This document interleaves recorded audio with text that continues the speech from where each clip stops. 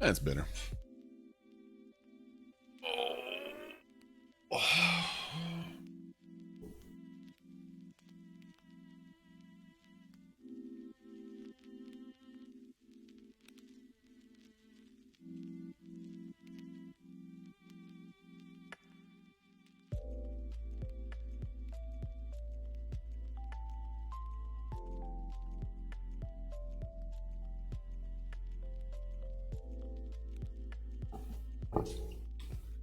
There it is.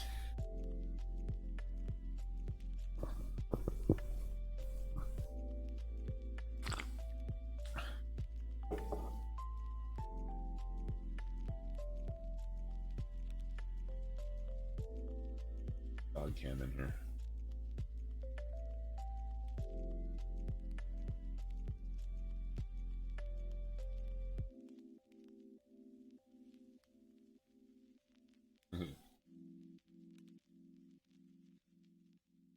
Bernie.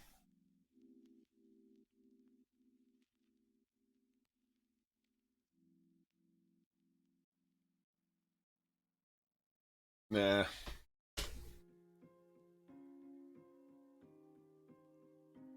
You're cute, Simon, but no thanks.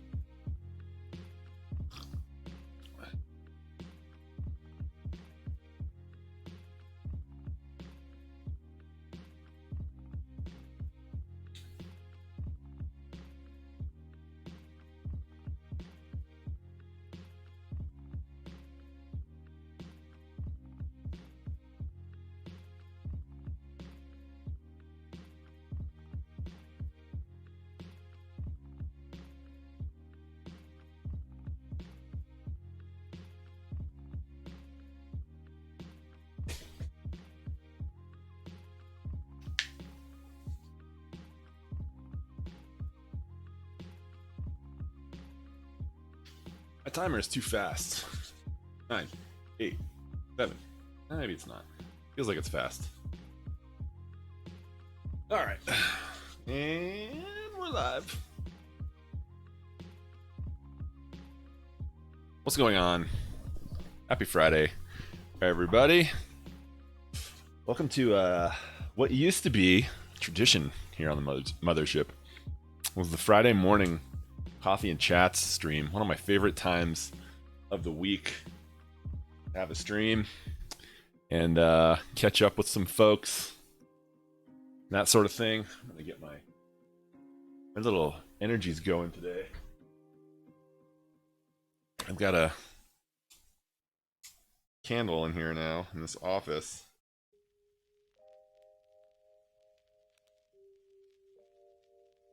It's supposed to give me a little more energy, you know, get me going a little bit. But I think with the sunlight today, the nice weather, the coffee, this relatively successful vacation week that I've had this week, we're gonna do all right energy-wise today on the old Twitch channel.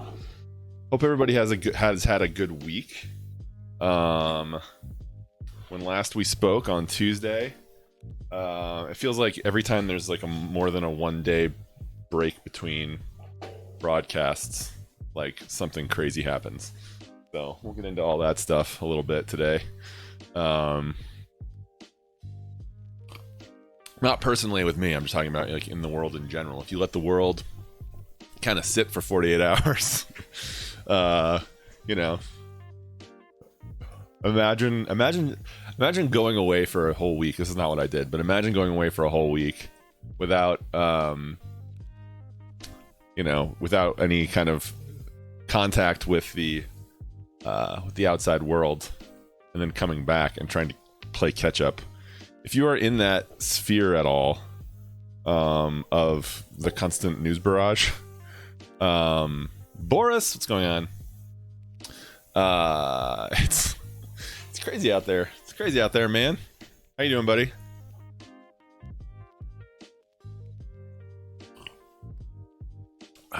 man, this is good. I just brewed a fresh pot. Doing well. Good to hear it, man. Glad to hear that. Me too. Feeling good. This week I kind of took... This is the first full week that both the kids have been back in school since October. And so I took this week as kind of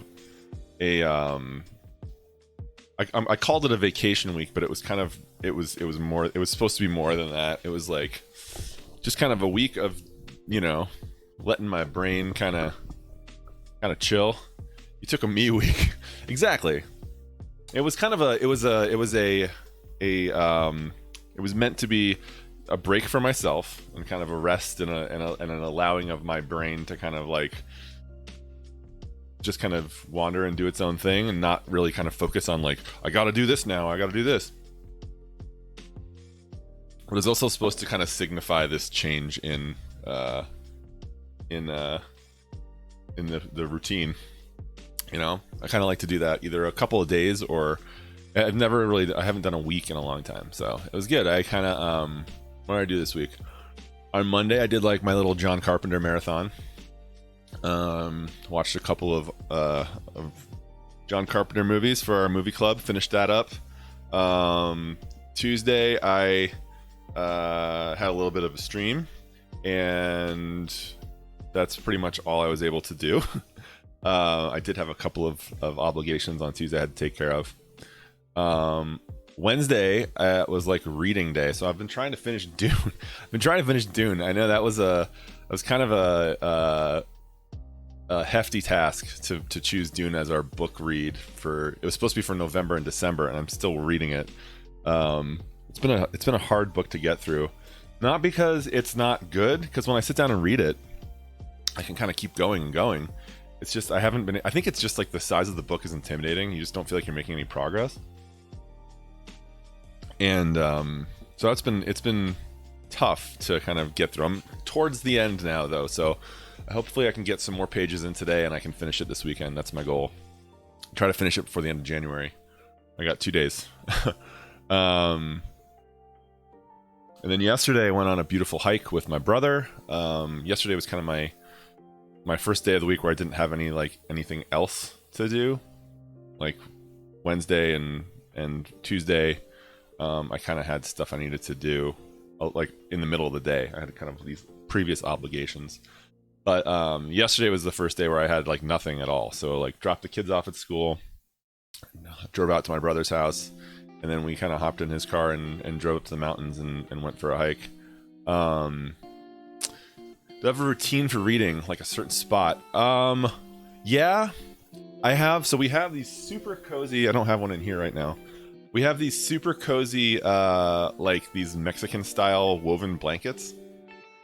So like a grandma, I like to grab one of those things, and then we have like a little kind of love seat in our bedroom that during the day gets some pretty good like backlight from the window, so I can like sit on that sofa, and it's super cozy. It fits me pretty well.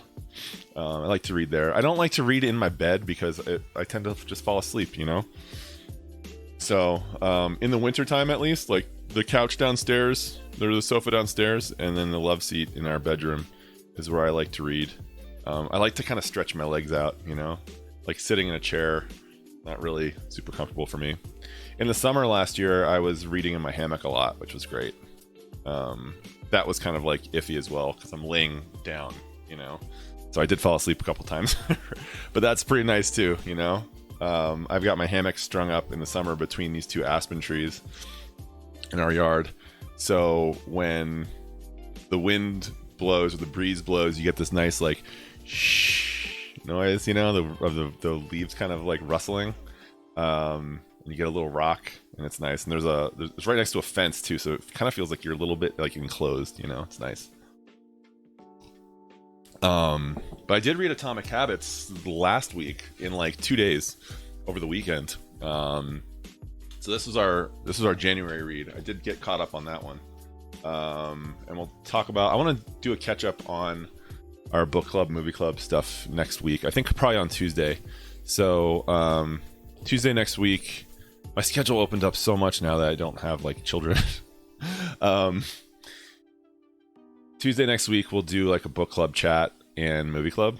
And I'll just chat about that on stream. But yeah, this is a pretty easy read. You could probably, like, if you haven't read it yet, you could start it and finish it, before the end of the weekend. And it was pretty good.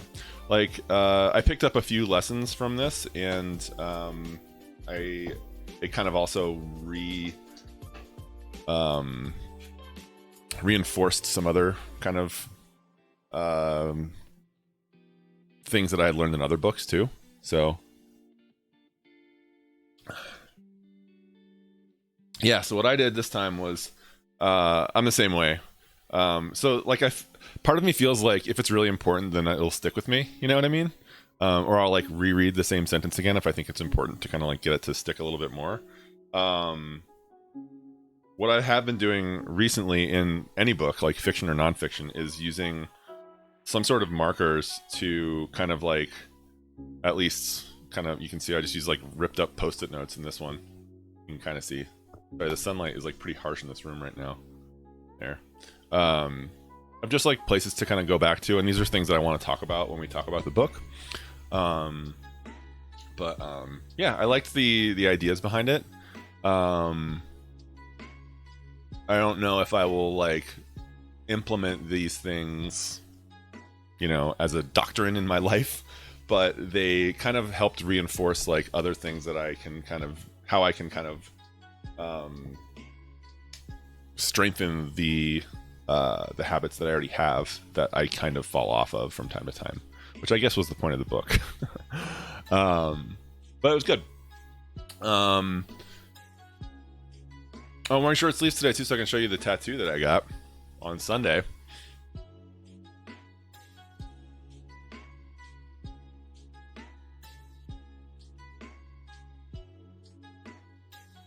He's an otter. So, yep, he doesn't have a name or anything like that. It's just my buddy. Why an otter, right? I've gotten that question a few times from the tattoo artist herself. Even I just like them. I don't know. It was like when I decided I wanted to like start getting more regular tattoos. Like this arm, the left arm was gonna be. So I started off getting like my kids' initials. We've seen those ones before. Those were last year. The I on the left and the N on the right. And then I kind of wanted like this arm or this side to kind of be like spacey, more abstract stuff, and then this side, this arm to be, starting with the arms, to be like earthbound and kind of more natural. So I basically Pinterest was huge. So basically, I've got a Pinterest board for like my tattoos, and I kind of like cross-reference that with Instagram. So the first thing was finding like the style, like the art style that you want.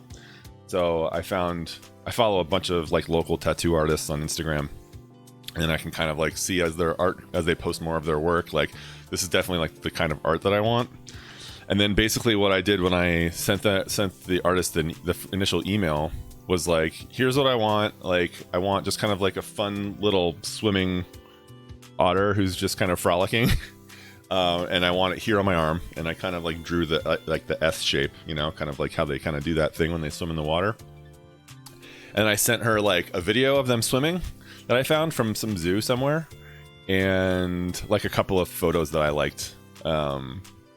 It was hard. I couldn't send any like references for other tattoos because all the other otter tattoos I could find were like a little too chibi, a little too cutesy. Like they were like cartoon style, and I wanted like more. He's a nice kind of. What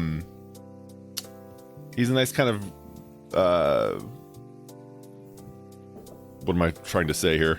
Crossover between like hyper real and a little bit. It looks like an illustration, It's nice. So, and it took like 45 minutes. It was super fast. So yeah, so I gave her some references, and then like the night before when I like confirmed my appointment, she was sketching it out and kind of was like, hey, like, what do you think about this? And it was just kind of like the basic outline of the otter, and she had like the pictures that she was using for a reference next to it, and I was like, perfect, that looks great. And then it was the first time I've gone in for a tattoo that I haven't felt like nervous at all.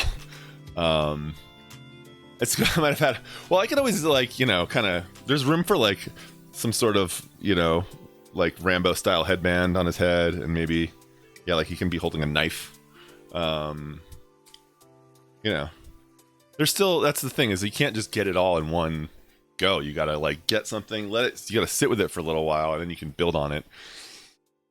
It's kind of like start like in any video game or whatever, where you start with nothing and then you kind of like pick up the loot as you go along, right? And then you get better and better. That's like the same thing with tattoos. You start simple and then you just build on it until it's just like this like obscene, ridiculous, you know, monstrosity.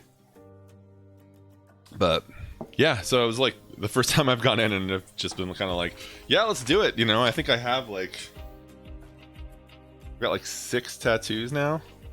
So I guess that's the, after 5, you kind of lose the nervousness. I do, at least. I know some friends who still kind of get like, you know, panicky when they're getting their tattoos did. But I don't know. I felt really comfortable with this one, and that was part of the reason I think why I'm so happy with it, because it was just like a really good, pleasant experience. So that was good. Yeah, so that was my week, and then today we're supposed to have we're doing a home remodel, and we were supposed to have a contractor come out this morning, and he no-showed me. So I was like I was hoping actually that he would get here. He was supposed to be here at 8:30, and I was hoping that he would get here on time and we could like power through the walkthrough so I could be on stream at 9:30, which is when I wanted to start. But he no-showed, and I was like, I will not no-show my community. Even though I did not give them a specific time of when I would be live, I will be there when I, you know, as soon as I possibly can. So here we are. But yeah, so yeah, it's been a pretty good week. I mean, I don't know if I got to that Zen state this week that I kind of wanted to be in, you know. And I think that would have come with like if I had like left town or like gotten an Airbnb and kind of just like had more like a full day of like at least a full day of just kind of like quiet time, you know, which didn't really happen. I got like a few hours here and there, so it was good. I got some of that, and you know, I was able to spend some time kind of like with myself, which was a big kind of key for me. And one of the things I was trying to do this week was when those kind of like I need to blank thoughts like entered my mind, I was either just kind of trying to be like, nope, not this week, bro. Put it out, you know, stop it with that. Or I would like write it down and just be like, worry about it next week, you know, like don't act on it, but just if there's something that I didn't want to forget, I just like write it down real quick, and then just kind of like if I find it like when I'm doing my journaling this weekend, then cool. If not, then probably wasn't that important. And that was kind of one of the goals of this week, was to try to like sort through, let my brain kind of sift some of that stuff out and sort through some of that stuff. So, because the next couple of months are a big question mark for me. I don't know what really to, you know, what's going to happen. Like kids could be home from school next week. Who knows? Like that's kind of where I'm at right now. So I'm like, what do I do with myself? Well, I'm waiting to see if like, you know, how the rest of the school year is gonna play out. But you know, we'll worry about that next week. Like I said. So yeah, it was good. It was good week. I feel good. Got some bubble friends coming over tonight. Gonna have some cocktails and just kind of hang out and be somewhat social. So yeah, good week, good stuff. Let's see here. Kind kind of a list of things to talk about here. So like I was mentioning before, like the last time I was live was on Tuesday, and since then, it's funny because the big news on the Twitter sphere has been this like GameStop stonks, short selling, Reddit, economic takeover, income inequality has apparently become a thing now. It's always been a thing, but I mean, it's become a thing in the in my Twitter feed, which I think is funny. A lot of it, so I've been trying to like do my research and figure out like what the hell happened, what's going on there, and why. And I've figured out like what happened, why it's bad for hedge fund people and that sort of thing. What I am having a problem wrapping my head around is like the like perceived victory or something like that, and the importance of all of this. I don't know, like, and I've kind of come to the conclusion that it's not really a conclusion, but like where I'm at right now is that I'm just like, who cares? Like, why should I care about what happened here? Like, these people like are okay. So like a bunch of hedge funds like had to close and lost like billions of dollars. Okay. How is that helpful for the rest of society? I don't know. A bunch of like Redditors and day traders like got rich. Okay, like, was it about that? Probably for some people it was. I feel like if you're watching the stock market, I mean, if your intention is to like crash the economic markets, then let that be the rallying cry. This is not like this to me. This is not something. This yes, it shines a light on income inequality, especially like the stuff that like Robinhood and those kinds of companies have done for stopping people from making these trades. Obviously, that's like, okay, like who are you guys actually like working for, right? But again, like I guess the issue for me was like, where's the shock coming from? Like, did we not know that this was an actual thing? It's like people kind of getting shocked that like racism still exists in America. Like, no, we know this. We knew like there are different rules for rich people in this country. We know that the system is rigged. Like that was what like Occupy was about like 10 years ago, right? I always feel like, I guess this time it feels a little bit like because this is happening to us on Reddit, then it's a big deal, Now it's a big deal because like the system is, they're showing the system is rigged against me personally. It doesn't feel like this kind of like movement for the people. It feels like a movement like or outrage for the people, like I don't see how this is gonna fix like income inequality in this country, if that's what it was about at all. And if what it was about was showing that that Wall Street is rigged and the system is rigged, or weighted or plays favorites or whatever, then we kind of all knew that, right? Like, don't you it won't fix anything. That wasn't the point. Was it the point? I'm trying to like wrap my brain around it, and I would love to know what you guys think as far as like what the real intent was behind this kind of movement that we've seen the last couple of days. Yeah, right? The point was just anger. What, that they're anger about what though? Like about that they're not able to be running a hedge fund? So they like, if I can't have it, nobody can? Because I do feel like there's this little bit of like Wall Street's like, I'm taking my ball and going home, and then the Reddit people are also doing the same thing. I'm taking my ball and going home, and so there's both taking their balls and going home, And I'm like, okay, well, I wasn't really enjoying that game of Foursquare, watching that game of Foursquare anyway, so I don't really care.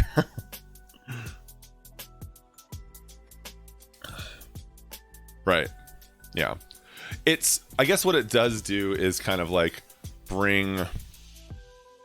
it shines a light on it for now, right? You had AOC streaming about it last night, and she had like guests on and explaining it to people. And I guess like whenever these things kind of come up, it's good to kind of have the conversation, but there still needs to be action on top of this. You're still, if you dislike the system so much, you're still working within the system to kind of make these people like go out of business. But you're also benefiting from it too. Like people are making hundreds of thousands of dollars off of these trades, right? So they're not turning around and donating all that money to like people who are making minimum wage or something like that, yeah. And that's kind of how I feel too. So I don't see it as like, obviously, like we'll see what happens with like, if there's a congressional hearing for Robinhood and it changes the way that companies like that can halt or gatekeep trading, maybe there'll be some legislation that passes that like prevents companies from doing that, which could then in turn have this kind of domino effect of, I think any hedge fund right now is probably like, you know what, let's maybe double think this because people are watching what we're doing, and now there's like some organizing here, but like none of that's going to affect my 401k. Like I'm a middle class citizen. It's not going to affect people who can't afford to buy stocks. Like when we're talking about income inequality, we're talking about like the hyper rich and people who like have to work 2 jobs to like put their kids in daycare and keep the power on, right? So how is this going to close that gap at all? Like, I don't know. And again, it's just like, I feel like that's kind of me not really understanding a whole lot, but yeah. I have a friend who was in commodities, and this was like 10 years ago. He was a commodities broker, and he said in the tech, we have like, anytime stuff like this happens, we're like, please explain to us what's going on in this text thread. And this was kind of his summation. He was like, shorting things by its very nature is ultra risky and dumb, has theoretical infinite loss. And if these hedge funds got hosed that hard, they were way too highly leveraged. Each short option is 100 stocks and deserve what they are getting. He said, I am being too critical, but I used to do it and got hosed like this plenty of times, and it was almost always because I was being dumb and greedy. So like, they are not like unaware of this risk, they're not unaware of what could potentially happen, like the worst case scenario. You have to, they're not just like automatons, like they're banking on the fact that like no one will do exactly what happened,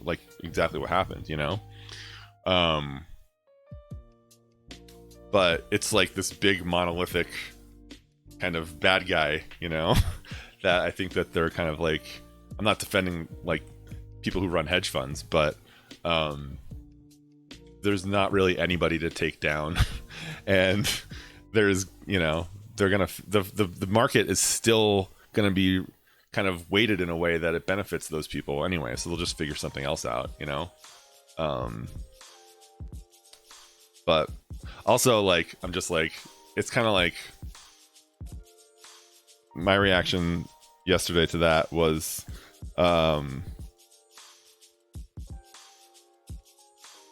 like, we knew like Wall Street is Corrupt was a Michael Douglas movie from the 80s, right? Like, can someone explain to me like why this is important? And basically we're kind of like, it's like not real money.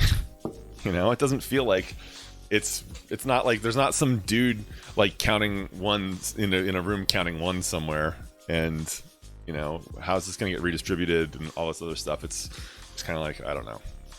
there are way bigger things, I think, to me. This is not the and also like the stock market is not the economy, so this isn't like crashing the, you know, the country's economy. It's just kind of one sliver of the market. I don't know. I'm not trying to like, maybe I am trying to like dilute the importance of what happened, but I just kind of don't see it as kind of, as I'm trying to like mute words as fast as possible on Twitter because I'm just like, I'm so tired of hearing about it. It's funny because I went through my list of muted words and it had like Animal Crossing, Fire Emblem, like a bunch of other stuff, but I was like, okay, I can delete these ones now, but it's just like it's taking over my Twitter feed and I just can't deal with like the outrage and the memes and the fucking like crypto stuff. And oh man, it's beautiful, Christian, especially like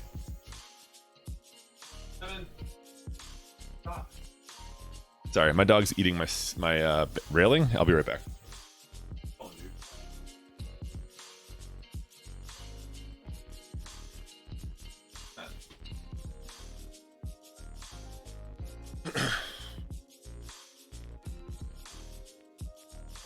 Yep.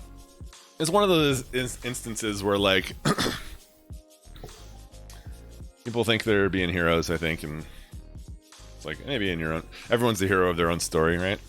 That's kind of what it is. But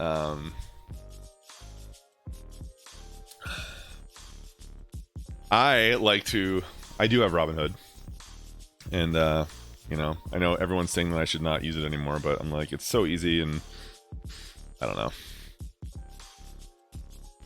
I was thinking about heist season in a movie where people rob a bank and then in their haste drop a ton of money in the street, and then everybody runs down the street and starts picking up money. The average Joe has lots of money, but it still doesn't feel right. Yeah. Yeah. There's usually like some sort of like malicious intent behind that too, right? Like the money's like laced with like some mind control drug or something, right? Like I saw, it's funny because like over the weekend we watched Dark Knight Rises, and I was like, do these people on Reddit think that they're like Bane going into the stock exchange and like, I'm redistributing the money to you? They're not, though. They're not redistributing it to, and my stocks went down, man. Like my portfolio went down because of all this, so I'm not happy about that. I don't have a whole lot of money in the stock market, but like, shit, man. Didn't help me because I wasn't on this Reddit thread. I don't know. I don't invest like that anyway. Like I when I do just kind of like what I was doing was, because I don't have a 401k anymore, like that I'm putting money into, because I'm self-employed. I was just kind of like putting a small percentage of whatever income I had into the stock market, and that's why I started using Robinhood, because it was so easy to do that.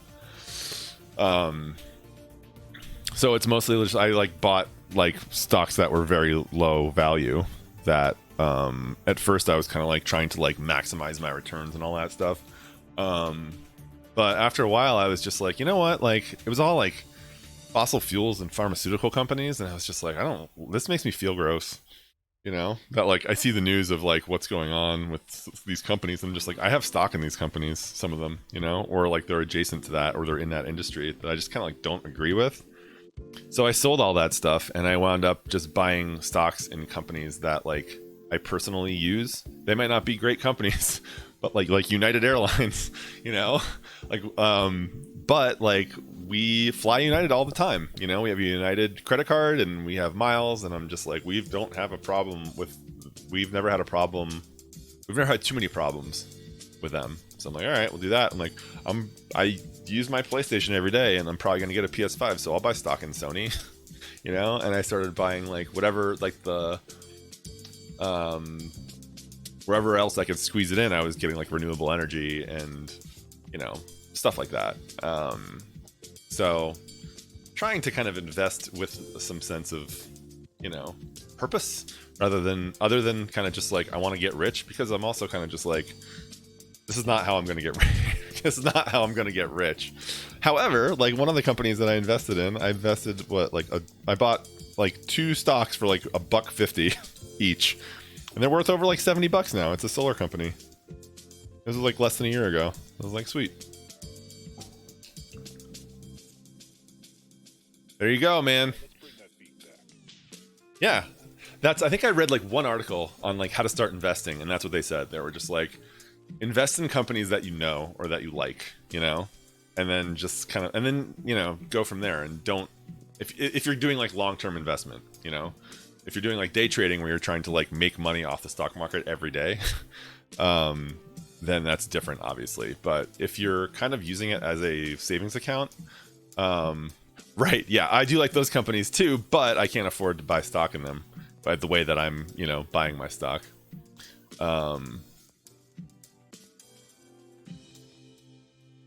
So, yeah. Also, the thing that has kind of like, Sean Murray had a funny tweet yesterday. Let me see if I can find it. He's the mastermind behind No Man's Sky, and he had a tweet yesterday that said, never in my 3 days of trading have I ever seen anything like this. It's like everyone's an expert now, you know, including me, right? Oh man.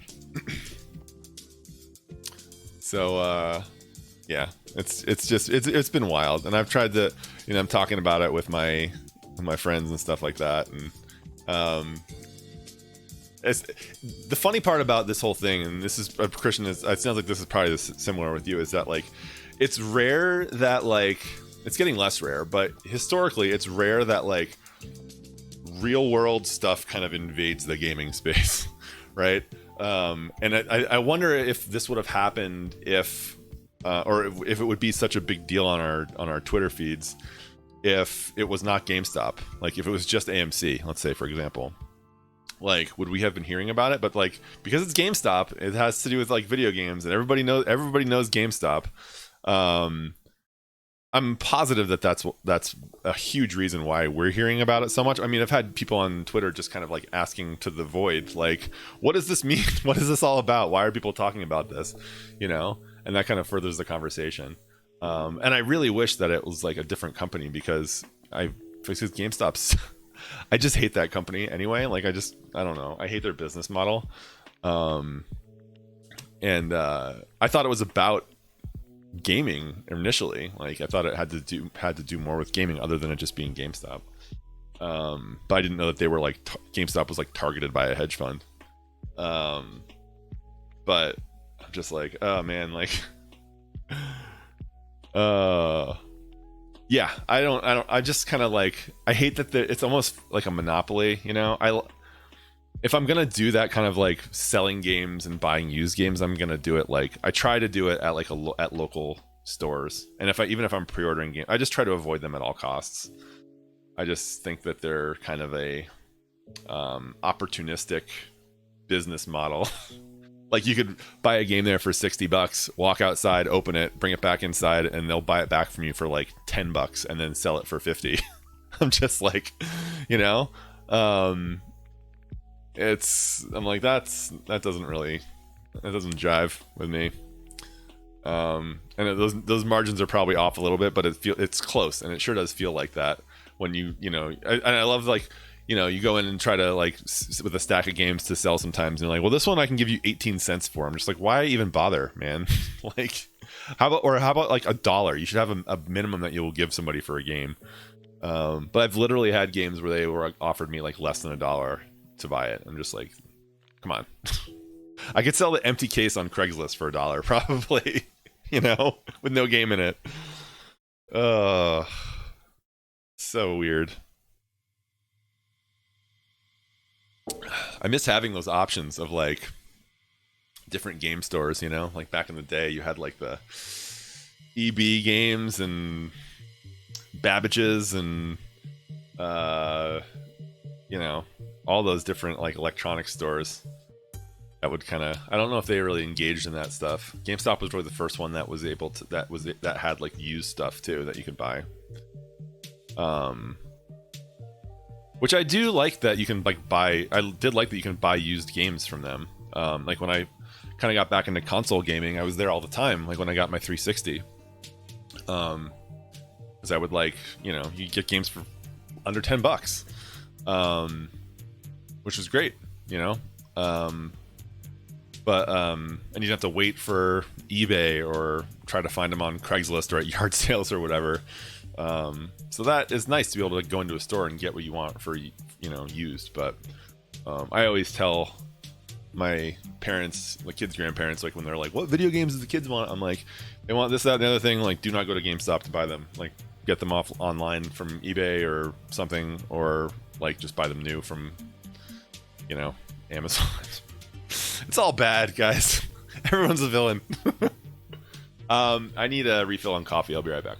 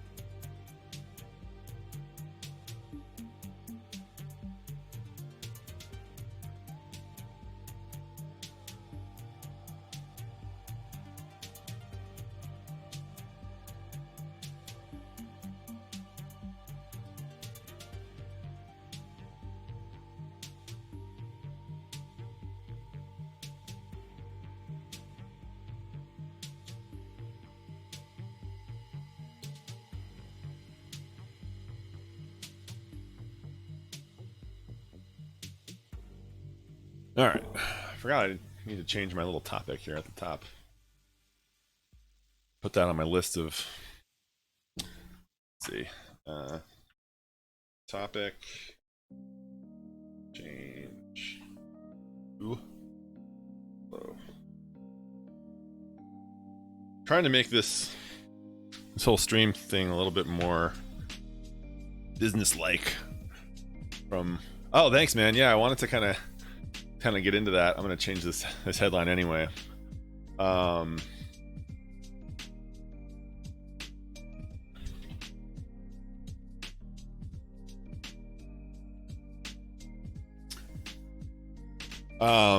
Yeah, so I was a little bit salty on Tuesday. I was hoping that Tuesday was going to be the day. I really wanted to do it on stream, you guys were super helpful in like turning me onto the game and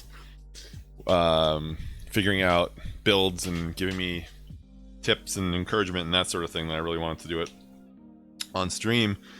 And I thought, like, I think I mentioned, like, the build I had there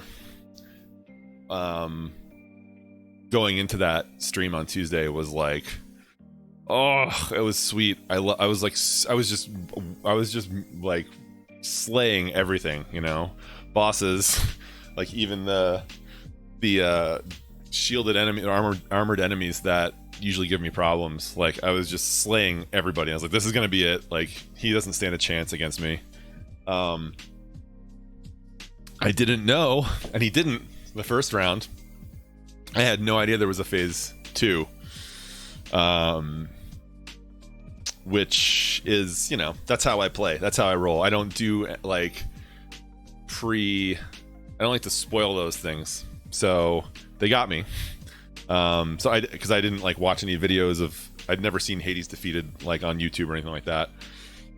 So I didn't know that like you knock him down once and then he gets all his health back and he has a completely different set of attacks in the second round. Spoiler alert. So I was just like, what I got him down no problem, and then like he started shooting those like fire lasers at me, and it was not great. I was not happy. And then I made it back there again, like later in the stream, and like he got me again with one of the, like, after he goes down the first time, he comes back up, he gets an overshield, and then he like pulses that like ring of fire like that the skulls do when they explode. And I thought that stuff, I still had a little bit of health left. I had like 40 health, and I thought that stuff was blocked by like the rocks, the same rocks that can block like the fire laser. But no, like I was wrong. So I was standing behind there, and the thing just hit me, and I died. And that was the end. That was like my last run because I had to like wrap it up for the day. And so I was just like so salty. I was just like, you effing game, you know. I was so pissed, you know. And so I kind of like I was chatting with Yaba offline. I know I was just like, how do you determine what can block and what can't block, you know? I don't know. And if he has an attack that is unblockable, that doesn't, or can you dash through those things? And I still even don't know the answer to that. Like, can you dash through those rings, the exploding like pulse rings, to not get hit? Because if there's like guaranteed damage on you, it doesn't seem like that's the way the game is designed. I just didn't know how to get away from it if you don't have a shield. So that's how I wound up beating it. So I went back and I was just blowing off some steam to Yaba online, and I was just like, you know what, F this, like I just want to get it done. I'm just gonna like God mode it. And so I put on God mode for a few runs, and I was just like, all right, like this is kind of, and I was just like not even really thinking about what I was doing. I was just kind of like, go through, if I die I'll get another buff, and I'll just like die a few more times. And one time I even just like died in the first room to like give myself another buff, and I was like, this feels super cheap. And you know, I do want to get it done. I want to beat this game before, I want to at least get Hades down before, because as we were chatting he's like, you actually have to beat him like 10 times to get like the true ending. And I was like, okay, well right now when I'm super tilted I don't feel like doing that. So I was like, if I can get him down one time before the end of the week, like that's my goal. And so on Wednesday I did a few runs with like God mode, and I was just like, this kind of feels like, you know, not super great. Like I put so much time into this game that it feels like cheating to just be like, you know what, I can't do this. Or not cheating, but like giving up almost. Which shouldn't matter. Like I'm trying to get myself to that point of like, if I want to play a game on God mode, my time is valuable. And if I just want to like get through it, like one of the guys I follow who is on like a gaming podcast called DLC, his name is Christian Spicer. He is a huge proponent of this, like turn everything to easy, like, you know, put everything on, he plays every game on easy. If there's a God mode, I know, yeah, good name. He's a good follow, man. He's at Spicer on Twitter, and that's a great show too. If you don't listen to DLC, him and Jeff Kanata once a week talk about all things video games. It's good stuff. But yeah, like he's like, he's got 2 kids. He's like probably a couple years younger than me, but you know, still a busy guy. He's on podcasts. He's got all this other stuff. He still likes to play a ton of video games. He's like, I'm not gonna get through some of these things if I don't just like put it on easy mode and just like blow through it, you know, or whatever. Just like, I don't want to have to. I want to like experience this game and have fun and just kind of get to the end. And I don't want it to like keep me up at night and challenge me. And I'm not really there yet mentally, but I know that like he's saying it's okay to do. I need somebody to tell me it's okay to do that.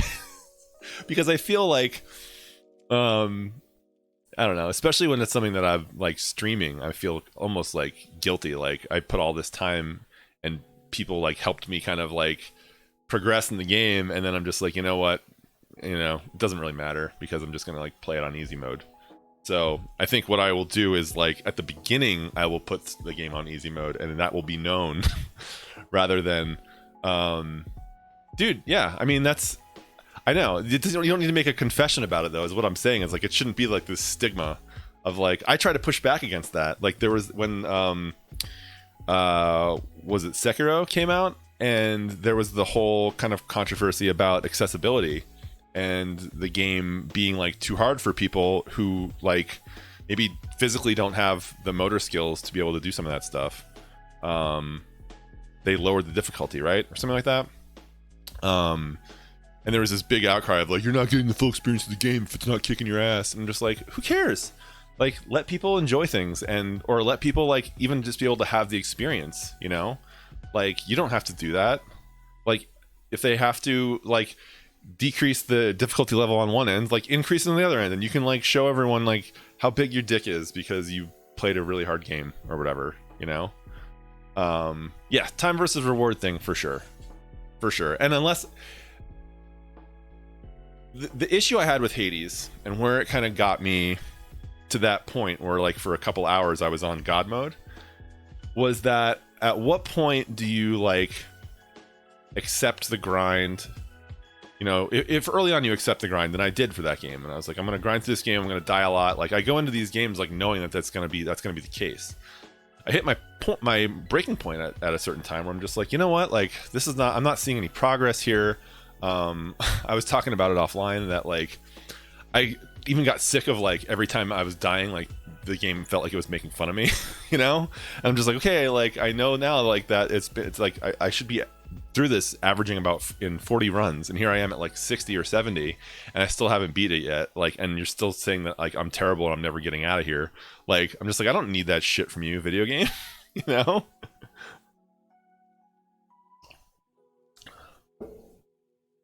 Yeah.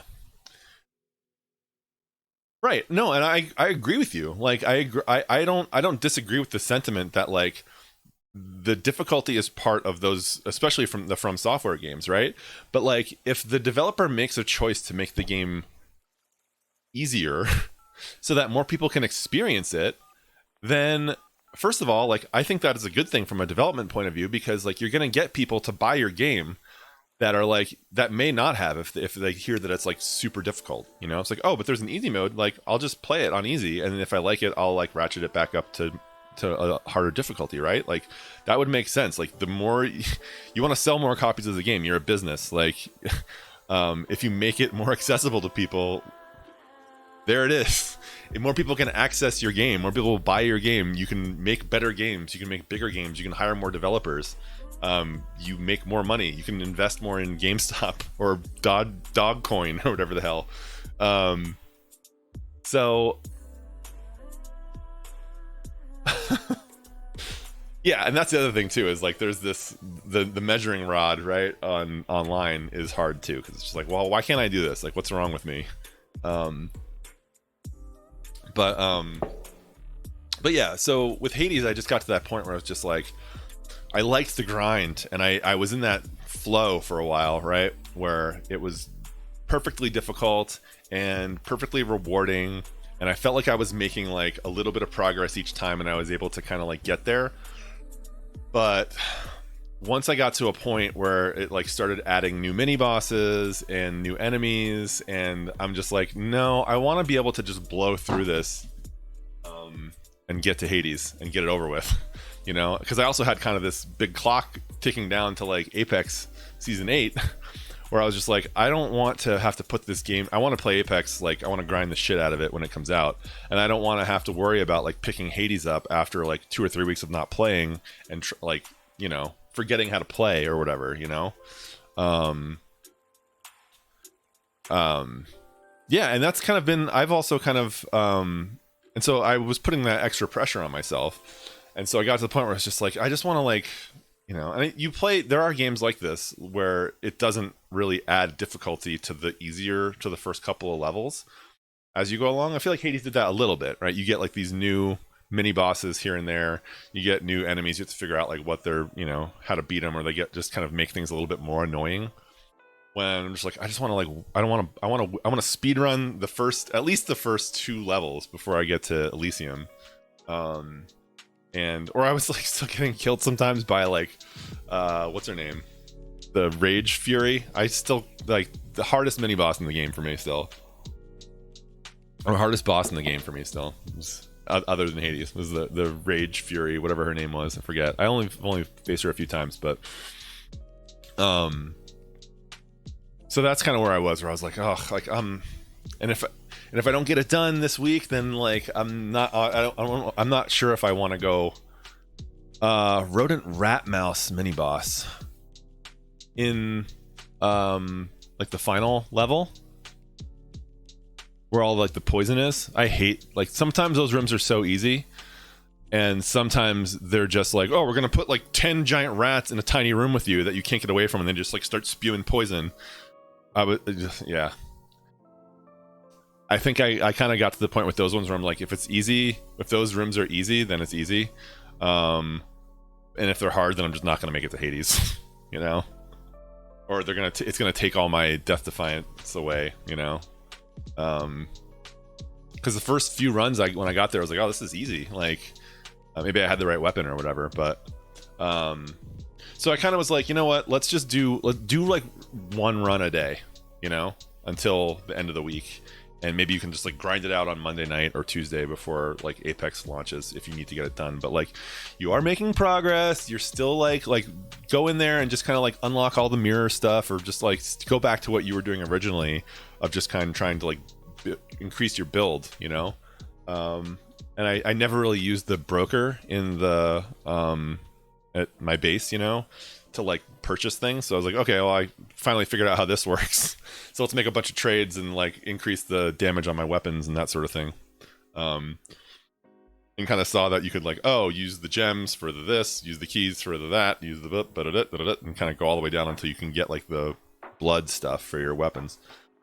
So I finally was like doing that, and I was like, okay, we're just gonna go for the whatever weapon has like the darkness buff on it.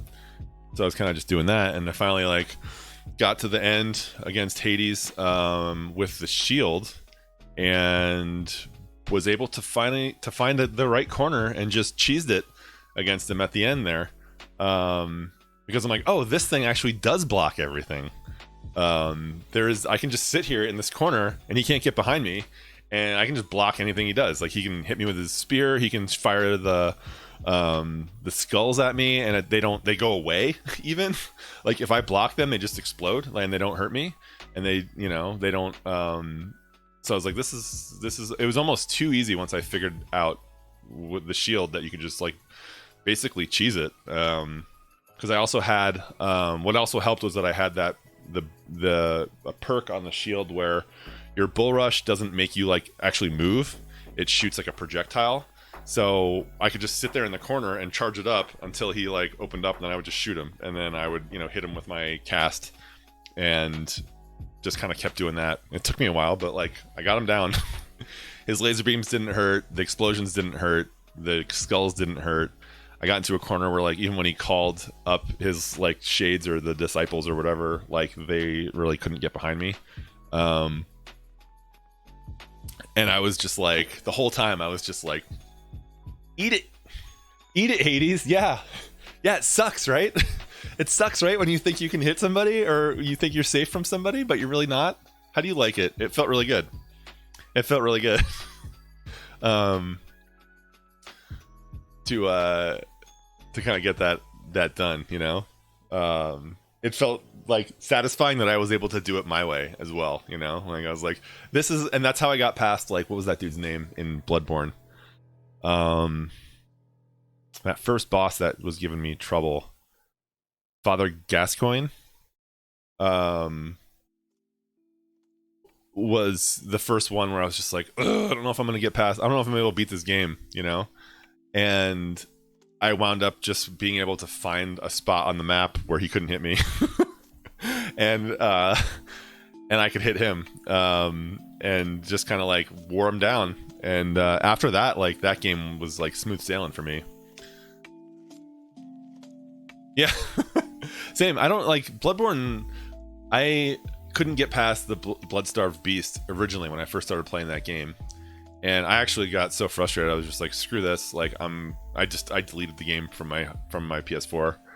And then I think I had it as a incentive for Extra Life that year. I was like, I'll load it back up and I'll actually play it. I won't stream any other game until I beat it.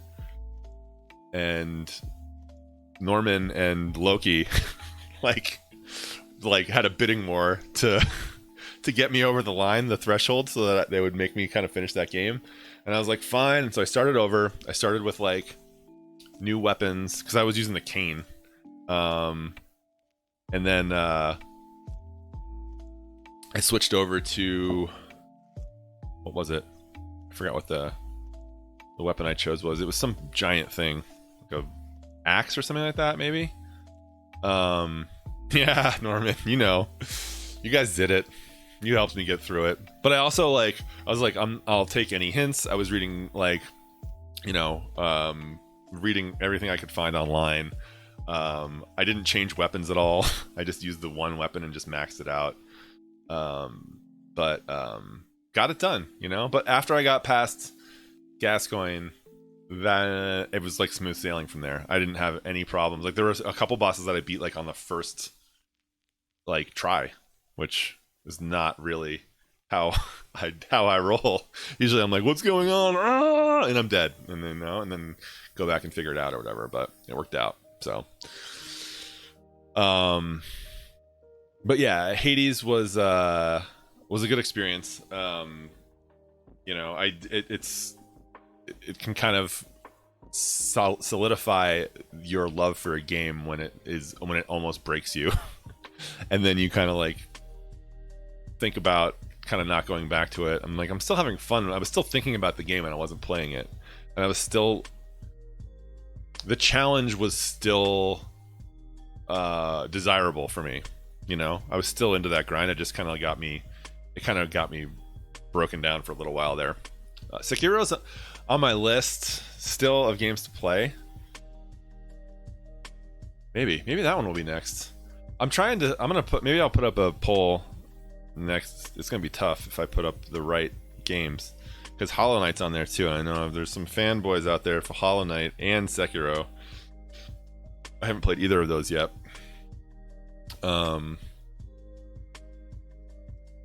Yeah, that's what I've heard, so we'll see. Maybe that one was not on my radar as of this morning, but maybe it's time, because I was kind of wanting to go through and play all the games of the year. Yeah, the Gerda guy likes the Hollow Knight for sure. Yeah, there's this kind of streamer community that I'm part of, and everybody has the Hollow Knight bug, no pun intended. I haven't played God of War, but I heard that one's good too. My brother-in-law has it. Maybe I'll see if I can borrow it from him. But I'm kind of wanting to stick to see, that's the hard part now, is we got season 8 Apex coming out, guys, and transition clacks on.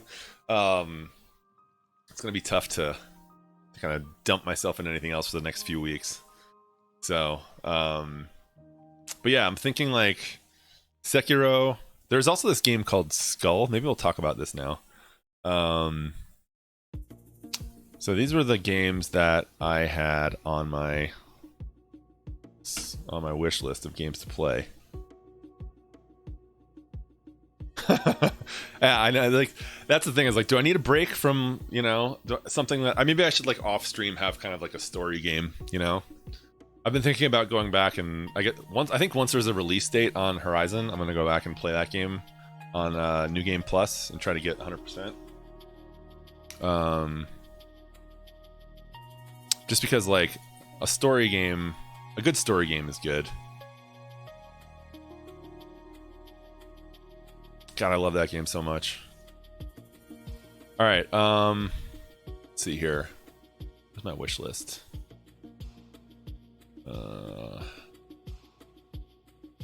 Where? There it is. So let's go to here. So these are the games that I've got on my list to play next. So they're in order of what I've been doing is leading games that came out more than a year ago. That's how I'm trying to keep my wish list at a reasonable level. So these games are not even out yet.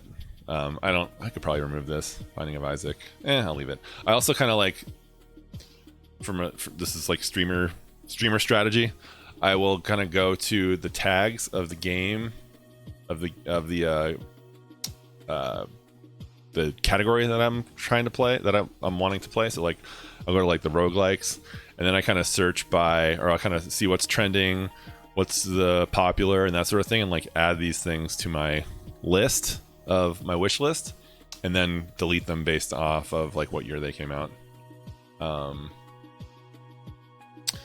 And that kind of keeps me up to date on like what's coming out too, because there's also a list of like coming soon. So Skull, this was the one that I was thinking about. It's on my list right now, and I knew nothing about it before. I think I just found it on Steam. It looks pretty cool though.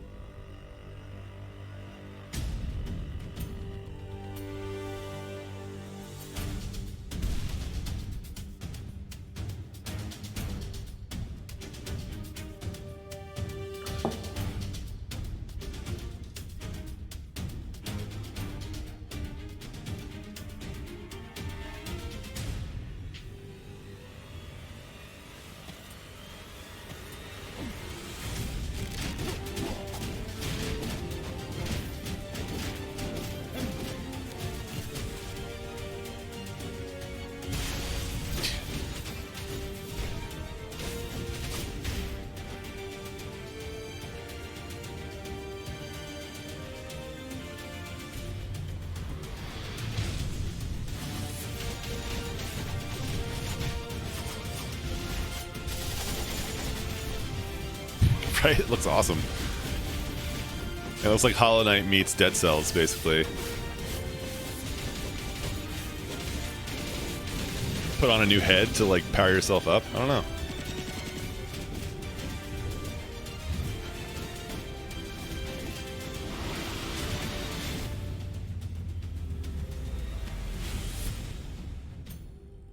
All right, looks pretty good. I know nothing about this developer. But it's like, you know, got 11,000, very positive. Looks pretty good. And again, like I think I just found that one off of the tag. Like I think it was like trending games in the roguelike category. That's how I found it. And it's like similar to games you've played, Hades and Noita. I also like to like that. Like I don't have like none of my friends. It's not even on anybody's radar. Nobody has this on their wish list. Yeah, it just came out. So, like last week. So, looks pretty cool. That one's on my list. But again, it can be on the list for the whole year. So, and then yeah, Hollow Knight and Sekiro. That'll be my list. That'll be my 3-game poll that I put on Twitter. And I don't suspect that Skull will win because nobody knows what it is. So maybe that's how I'll order the next 3 games that I play. Even though Sekiro and Hollow Knight don't fall in that, you know, must have come out within the last year. Those are the games that I'm adding I'm adding to my wish list. This game too always looked interesting to me. Risk of Rain, overwhelmingly positive. I don't really know what it's about. I know this is kind of a streamer game too. Because you can play it like online with other people and stuff. But looks pretty cool.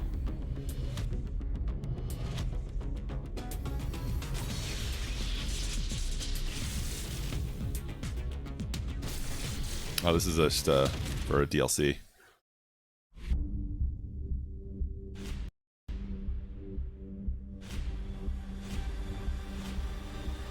Yeah, and like everyone can't be wrong, right? I haven't even seen it played. I've just watched the trailers and I'm just like, this. Maybe this seems like it almost seems like a roguelike battle royale, which I'm like, and it's like sci-fi and it's kind of like retro. I mean, this seems like something that would be perfect for someone like me, right? Play solo, play with friends. I like doing both of those things.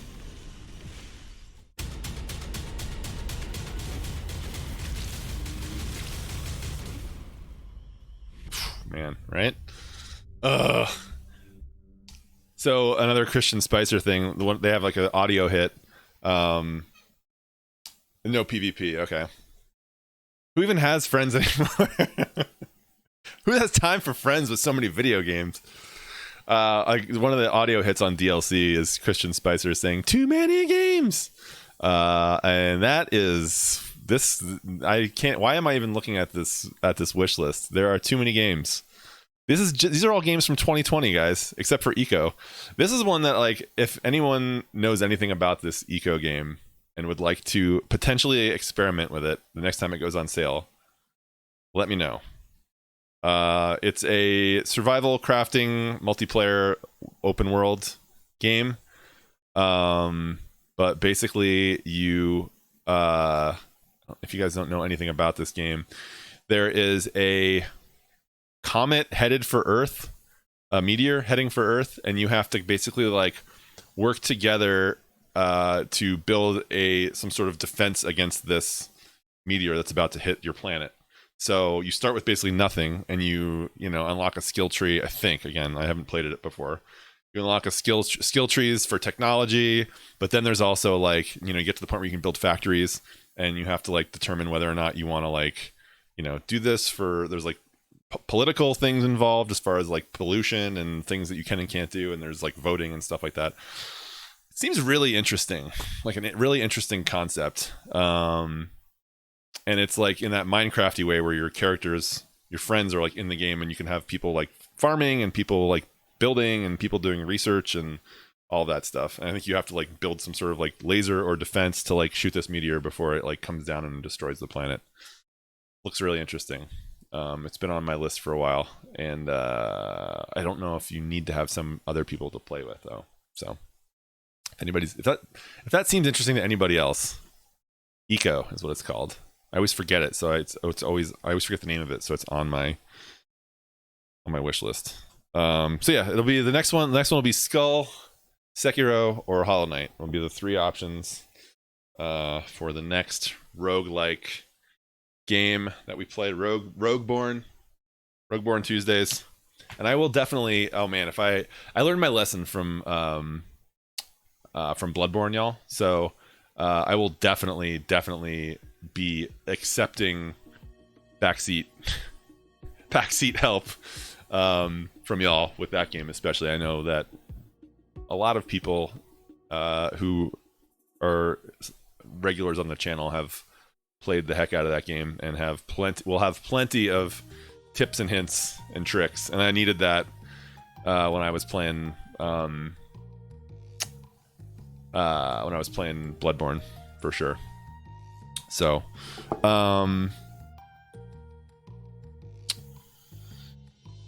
yeah, so we'll basically, the schedule will be like, we'll pick up probably not next week, but the week after that we'll pick up the next Rogueborn and see how that goes. So but let's get into next week. We've got some Apex stuff. Rumor has it there's some Apex stuff going on next week.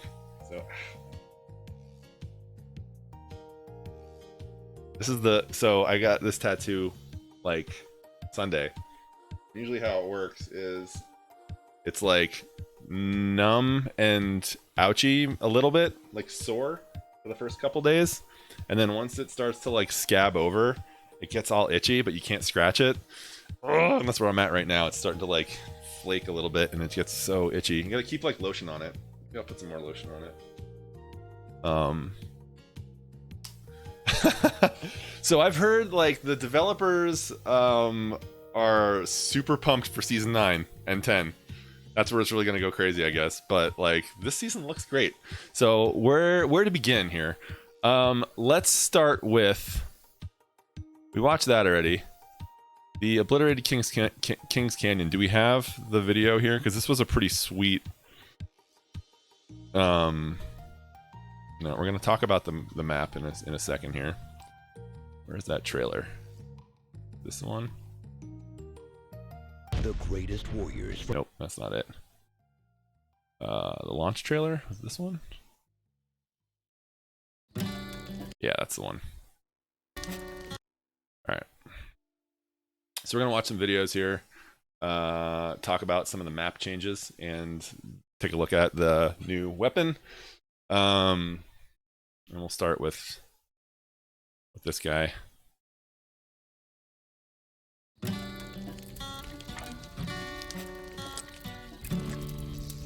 Yeah, nah, that entrance maybe got a bit out of hand, eh? He's the master of mayhem, the salvation of Salvo. Someone's clearly compensating. It's a big boat, though. Please welcome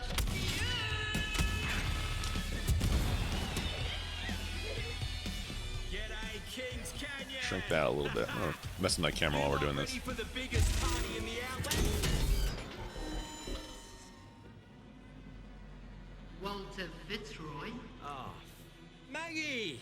Legends, bring me this traitor's other arm or say bye-bye to your precious games. Oh, come on, Maggie. These people came to see a show. Then let's give them a show. No. Shut it the hell down.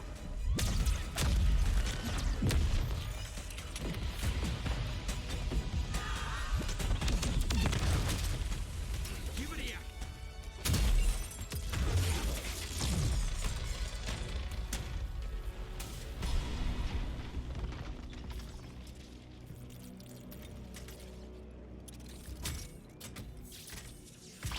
well played, Wally.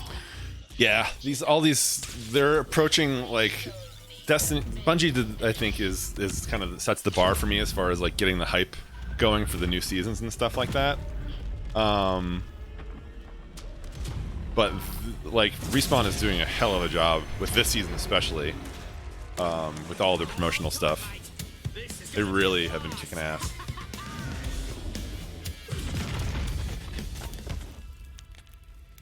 So that's how it all went down.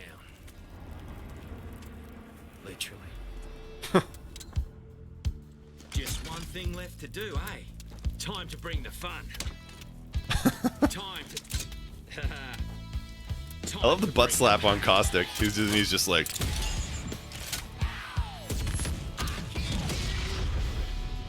Yeah. So, what I'm to understand, Boris, is that the Apex games are like the Super Bowl on steroids, right? And so it's supposedly this kind of like, we can watch a violent sport like football on TV and know that like we're not going to get hurt, you know? If there was like it's a blood sport, but people like come back to life, you know? So it's like they don't actually die. But it would be like having a, you know, Patrick Mahomes or some like new player coming in and having like a party on the field, right? And having people kind of like, you know, able to be there, and then all of a sudden like all these linebackers come out and start trucking people. Like, what the hell, you know? No, dude, no. It's I got to the point where like it's not gonna, I don't think that there's gonna be a whole lot of rust to shake off there. So when you're playing the game, Boris, you are Patrick Mahomes.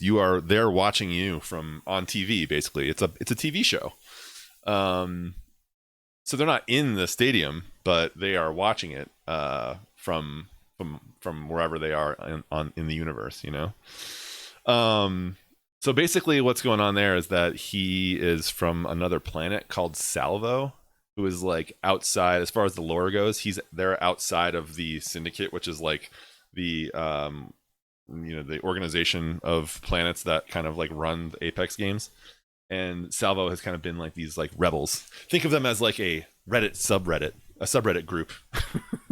And he decides to join the man and play the game. And so his former friend was not super happy about that and decided to kind of blow up the arena.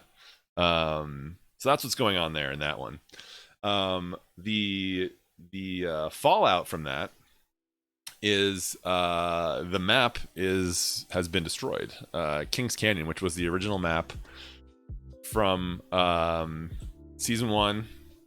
And I was gonna try to bring up a map of season 1 or of Kings Canyon, the current version. Let's see. Let's see here. Kings Canyon season 6, because it was not in season 7, except for like a week.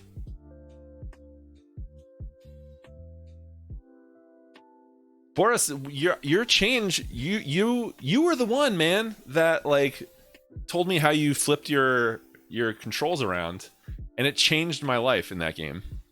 Is that not working for you anymore?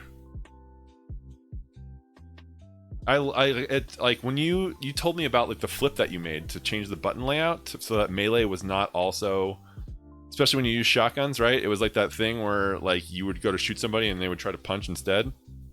I flipped it so that the melee button is what is on the default controller scheme was what is the ping button. The only issue I have now is that I can't like detailed ping something and say it's harder for me to do that. I can still do it, but it's harder to say like I'm gonna go loot over there or I'm gonna keep an eye over there.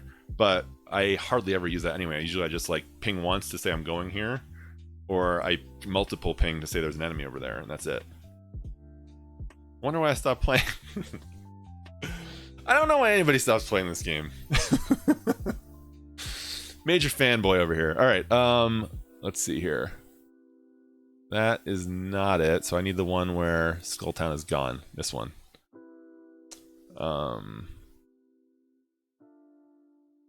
This was the season 6 map after Loba like destroys it. Can I zoom in on this? Without doing like, there we go.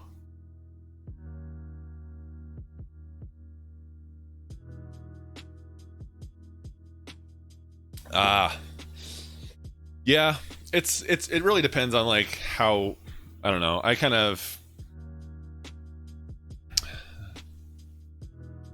because there's no cross save.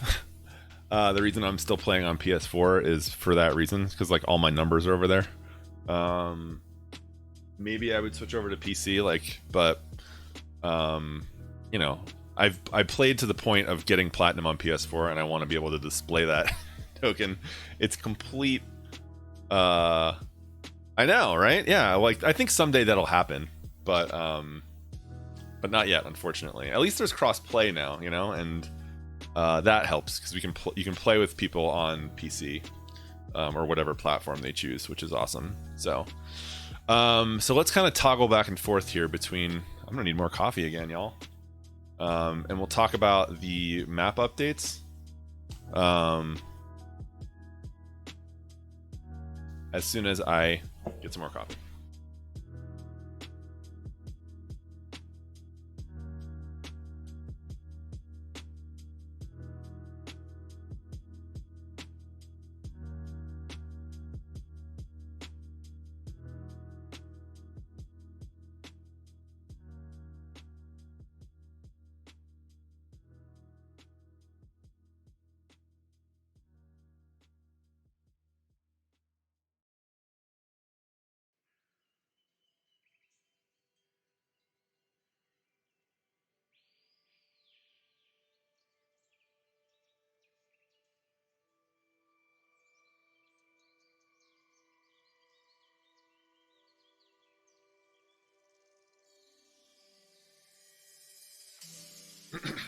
I just realized I forgot to post that I was live on Twitter. So I appreciate you guys being here. Even though I forgot to tell people when I'm going live. Like a fool. Anyway. Alright, Season 8 map updates bring mayhem to Kings Canyon. So basically, what we just watched, the ship crashing into Kings Canyon and destroying everything, combined with what happened in Season 6 where Loba destroyed Skulltown, combined with we've got the big, what are those big monster things? Forgot what they were called, Leviathans maybe? That Crypto brought in. Kings Canyon is a lot different than Season 1. Or will be a lot different from Season 1. So, what we're going to do is I'll read about this and then kind of walk through. Mostly the northern part of the map is changing. And I don't know if they're expanding it. I don't think they are. But but the northern part of the map is changing because this is kind of like where stuff went down in that video we just watched. So basically, Kings Canyon has gotten a facelift and an expansion with an entirely new addition to the map's footprint. You can also find ecological cleanup, and hazard outreach, camps, explosive holds, observation towers, and more. And they talk about all that stuff in detail here in these dev notes. When we're visiting Kings Canyon, we wanted to tell a story that would extend over the course of the season while expanding the size of the map overall and introducing new rotations throughout. The catalyst of all this was the epic ship crash in the north that opened up new gameplay, new real estate, and a new story thread we could pay off over time. To achieve this, which I like that they are using the map as a story point over the course of the season. I don't really know what that means.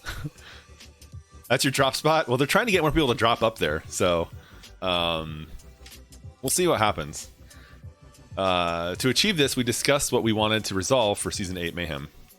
More attractive drop points in the northwestern part of the map, so that would be over here, right? Which is, I mean, you look at it, there's not much here, right? It's pretty boring. The rig was always kind of fun, but it's also like the edge of the map. And then over here, like this area between, I wish I could make my cursor a little bigger. Between artillery and the rig was always kind of like a no man's land, right? And I think this was where the capacitor, is that what that huge tower was?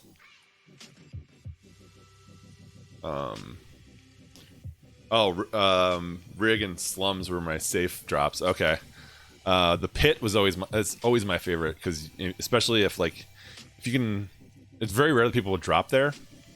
Well, not very rare, but it was like somewhat uncommon. If you could get through there, you have 3 different exits to go to see where you can hear where people are potentially getting into the first firefight, either at slums, runoff, or bunker. And really, if you can get in there, grab loot, and get out in the right direction, you could easily get a quick third party at the start of a match. Or people would drop here and run in, and you have them, especially if you grabbed all the loot, you have people bottlenecked. Improved rotations for our northern locations to runoff, artillery, containment, and the pit. So they're working on runoff. What was it? Artillery, containment, and the pit. So they're working on this rotation. The easing of third partying by adding an entirely new section of a map that never existed before, thus giving more options for the initial drop. I don't really know what that means. Thinning out densely packed smaller POIs, that's point of interest, to give more breathing room and reduce combat choke points. So basically they kind of want to make, I think they kind of are trying to spread things out a little bit in the areas where the action normally happens a little bit. And I think that is happening because of the relative success of the latest map, Olympus, because it's so wide open that there are there's lots of ability to kind of run from point A to point B when you hear a firefight going down and you know exactly where it is. And rather than kind of sometimes you can have a firefight going on in runoff, a firefight going on in slum lakes, and then everything kind of bleeds together and it becomes this big mess. That happens a lot in World's Edge too, I think. A new map mechanic that can create on-the-fly high ground to gain a power position. We'll get into that in a minute. New armories scattered across the map to help you gear up quickly, requiring a bit of forethought when looting. And we'll get into that as well. Crash site. Fuse's debut ended with an act of sabotage that has blown up parts of Kings Canyon and brought down a massive gunship. As it fell from the sky, it took an entire mountainside with it, so the ship's final resting spot has opened up a large, previously unplayable portion of the map. The lingering smoke can be seen clear across Kings Canyon, and the resulting fuel leak has contaminated and visually altered most of the area's water supply. Now Echo has moved in to help clean up the mess. So this... trying to figure out where this is. The ship itself is a tall, king-of-the-hill power position with multiple ramps and scaffolds surrounding it to create a jungle gym of interesting gameplay. To the left and right of the ship are multiple echo stations that will provide teams plenty of breathing space and loot as they plan their assault on the ship. So let me see if I can open this and zoom in a little bit on this picture. So let's see if I can figure out where this is on the map.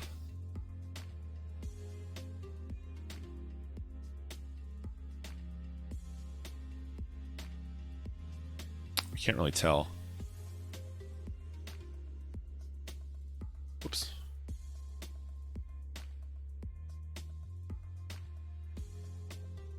But I'm guessing it's like over here somewhere, like between artillery and the rig. But I can't really see any kind of like identifying landmarks. The crash site will also change up how existing areas are experienced.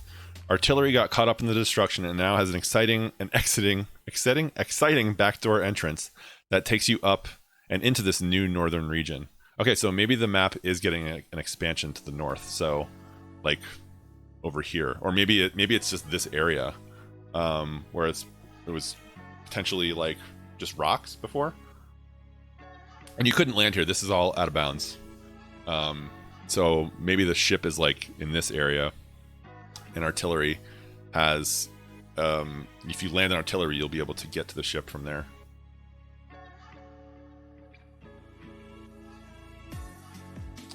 Or maybe it's just directly north. It could just be like right behind artillery.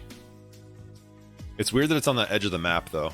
A lot of the most popular drop spots are center weighted on both of the current maps that are in rotation.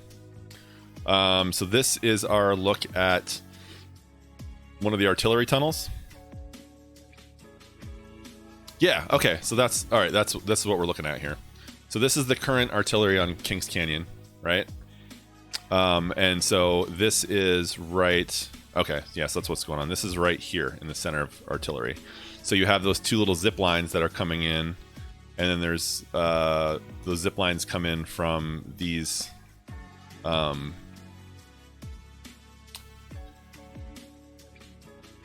zip lines come in from these little buildings right here to this. And so the ship crashed right here. So what happened there is that this used to be it's just a room right here, and what happened here is the ship crash exploded this whole canyon open, and so now you still have the buildings there. It looks like you've got a zip line between the two areas where this kind of canyon is, this new canyon, and that's all going to be. Let's see if we can figure out. It looks like that is right down at the bottom here, if you can see that.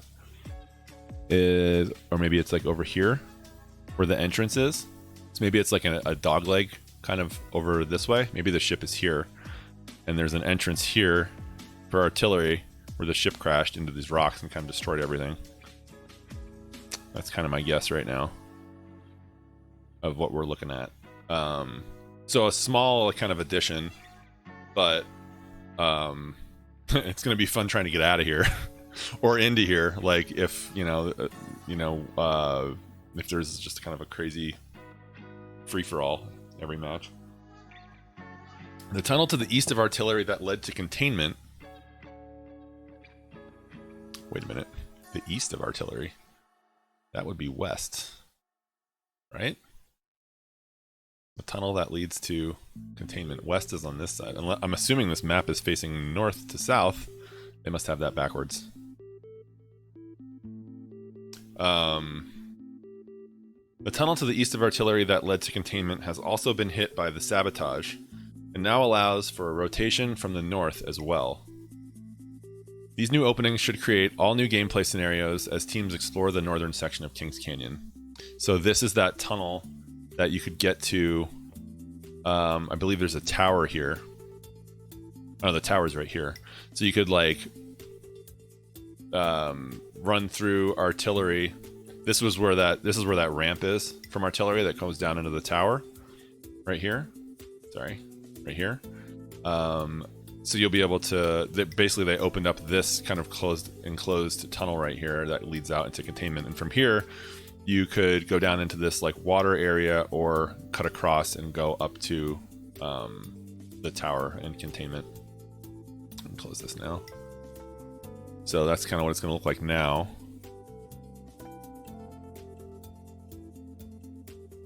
see. Hang on a second.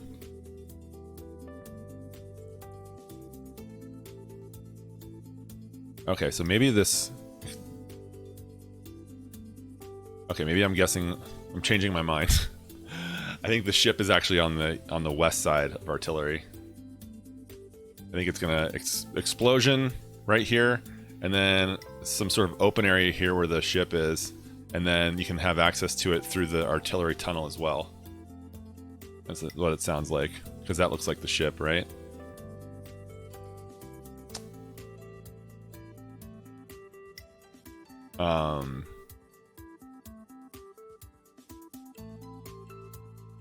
Rotation from the north. Okay, yeah, so you'll be able to rotate basically from the ship into the tunnel and into artillery that way if you want, or vice versa.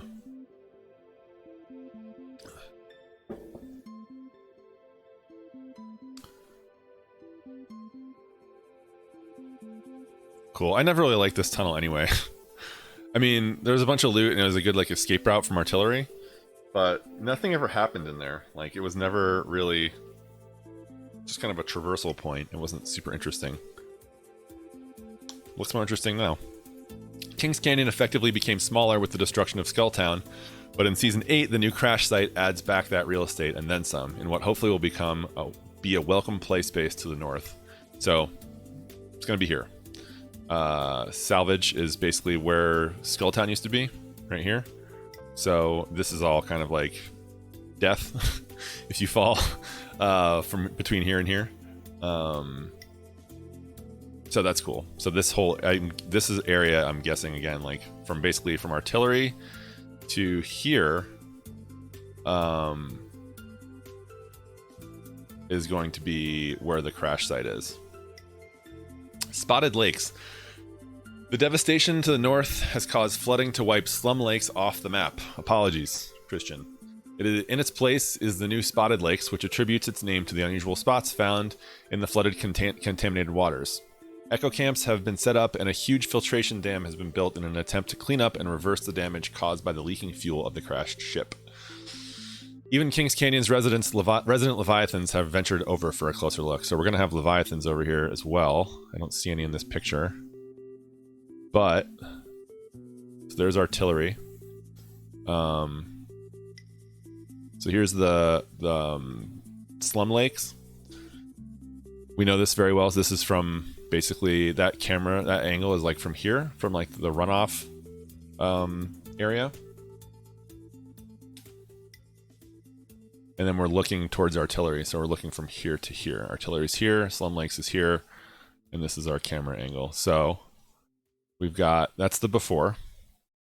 And the after is here. Looks like we've got some more banners hanging up. It's hard to tell. There's a ramp now. These are all the new buildings. So they completely wiped out Slum Lakes, all those little shacks. And it's now like this cleanup facility. So we've got more kind of like traditional style buildings, more kind of geometric and kind of straightforward lines and areas to explore here. And then I'm guessing this ramp leads up to probably another opening here to get to the ship area. So that would be, let's see, whereabouts, where the waterfall was. Waterfall's still there, so it's before the waterfall. So it's basically like this little area right here is now gone. The ship again is probably gonna be right here. So this ramp is gonna go up. The waterfall is about right there. So this ramp will go up and you'll be able to get into the ship area there. So there's another rotation to get from ship, artillery, the tunnel you can cut through. You'll still be able to get through that way, maybe. Let's see.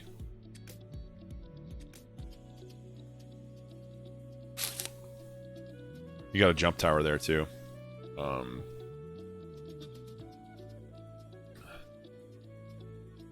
So that'll be cool.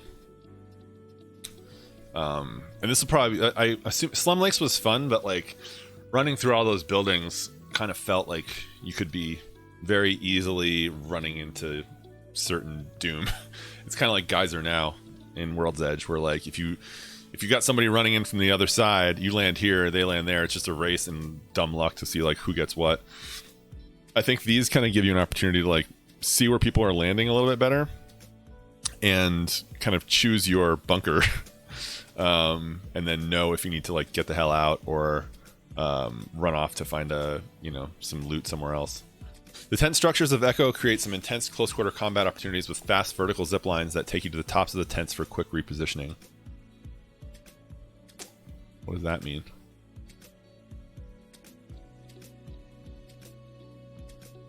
Tents. I wonder if it's like right here. Okay. So in the middle of these buildings, I don't know, see if I can zoom in on this a little bit more. Nope. So on top of these buildings, there's a little hole in the roof and a zip line to get to the top. So you run in here, you can grab a bunch of loot, and then you zip up to the top. Or if let's say your whole team drops here, you guys clear out all the loot, you zip to the top, and then you can see who's out there and what's going on, and start sniping people like a boss. In addition, we opened up another rotation into this zone from the pit. In fact, coming into Spotted Lakes at this high point grants you access to a massive zipline that can take you quickly across towards the crash ship at your own risk. All right, so this allegedly is going to be the longest zipline in the game. So right now, the longest zipline in the game is on Olympus at Hammond Labs. And it basically goes from like this big tower all the way across this like valley over to like a little like loot area. It's pretty long. I would say it probably takes 5 to 8 seconds to get across the zip line, somewhere in there. This one is going to be longer. So coming into Spotted Lakes at this high point grants you access to a massive zipline that can take you toward the crashed ship. So basically, from the pit, there's going to be a new access point. There's no picture here, I don't think. I'm going to see where this is. This looks to be, I think that's the pit right there. So maybe it's like runoff or over here. If that's the case, like I don't know what's going on over here about the pit, but apparently there's a zip line that's going to take you from the pit over to the ship area. That'll be fun. I'm going to do that first. Oh, maybe it's this one. That looks pretty long. That's got to be it right there. I'm just having a hard time figuring out like where this is on the map.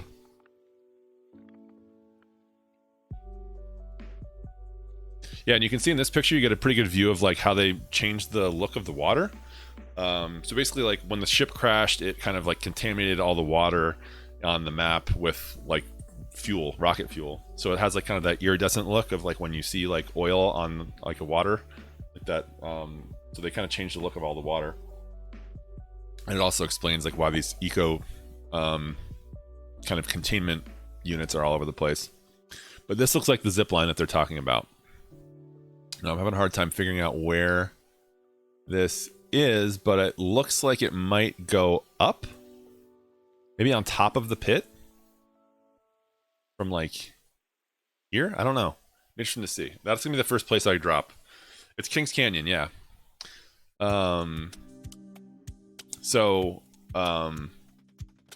Everything's been destroyed though, so it's hard to really tell. But they said we opened up another rotation into this zone from the pit. So into this northern zone from the pit, and it has to do with the zip line. So I'm guessing it goes from like here, and maybe the pit's destroyed, or like some of this area is destroyed. I'm guessing it goes from like this area all the way over to the ship or something like that. So Slum Lakes is going to look like this now. This is your before and after of Slum Lakes. This view is from like runoff area. So the camera is like right about here, looking this way towards artillery. This is the before, and then this is the after. And I wonder if this over here, I don't know if you can see it, is the zip line that they're talking about, which would be like from the pit area. But supposedly it's the longest zip line. It's going to be the longest zip line in the game to get. I think that's just probably it. So you can't even see where it starts or ends. It goes behind this cliff right here, and it goes off. It goes behind a tree over here. So there's an elevated area by the pit where you can hop on the zip line and go directly towards the ship. It looks like. Seems kind of arbitrary. Like, why would, like, in reality, like, why would they put this big long zip line here? But it could be fun. And yet another reason to drop. Oh, dude, Dirks, what's up, man? I'm here to shitpost.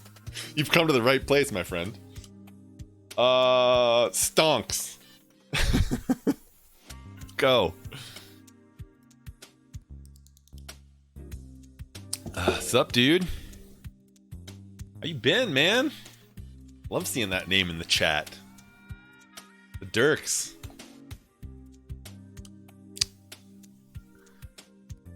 Dirks, we gotta get in and play some Apex, man.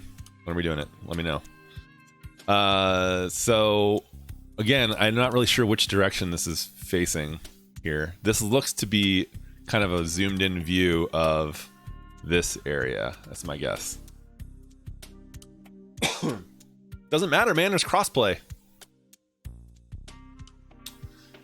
Crossplay. I'm playing on PS4, but it doesn't matter. You play on PC, I can play with you. It's all good. Yeah, so we're just going over changes for Season 8 right now. If you're one of them, I'm not one of them. Are you one of them now? The elite? Death to the elite. Death to PS5 users. Just kidding. I'm kidding, obviously. Don't do crimes.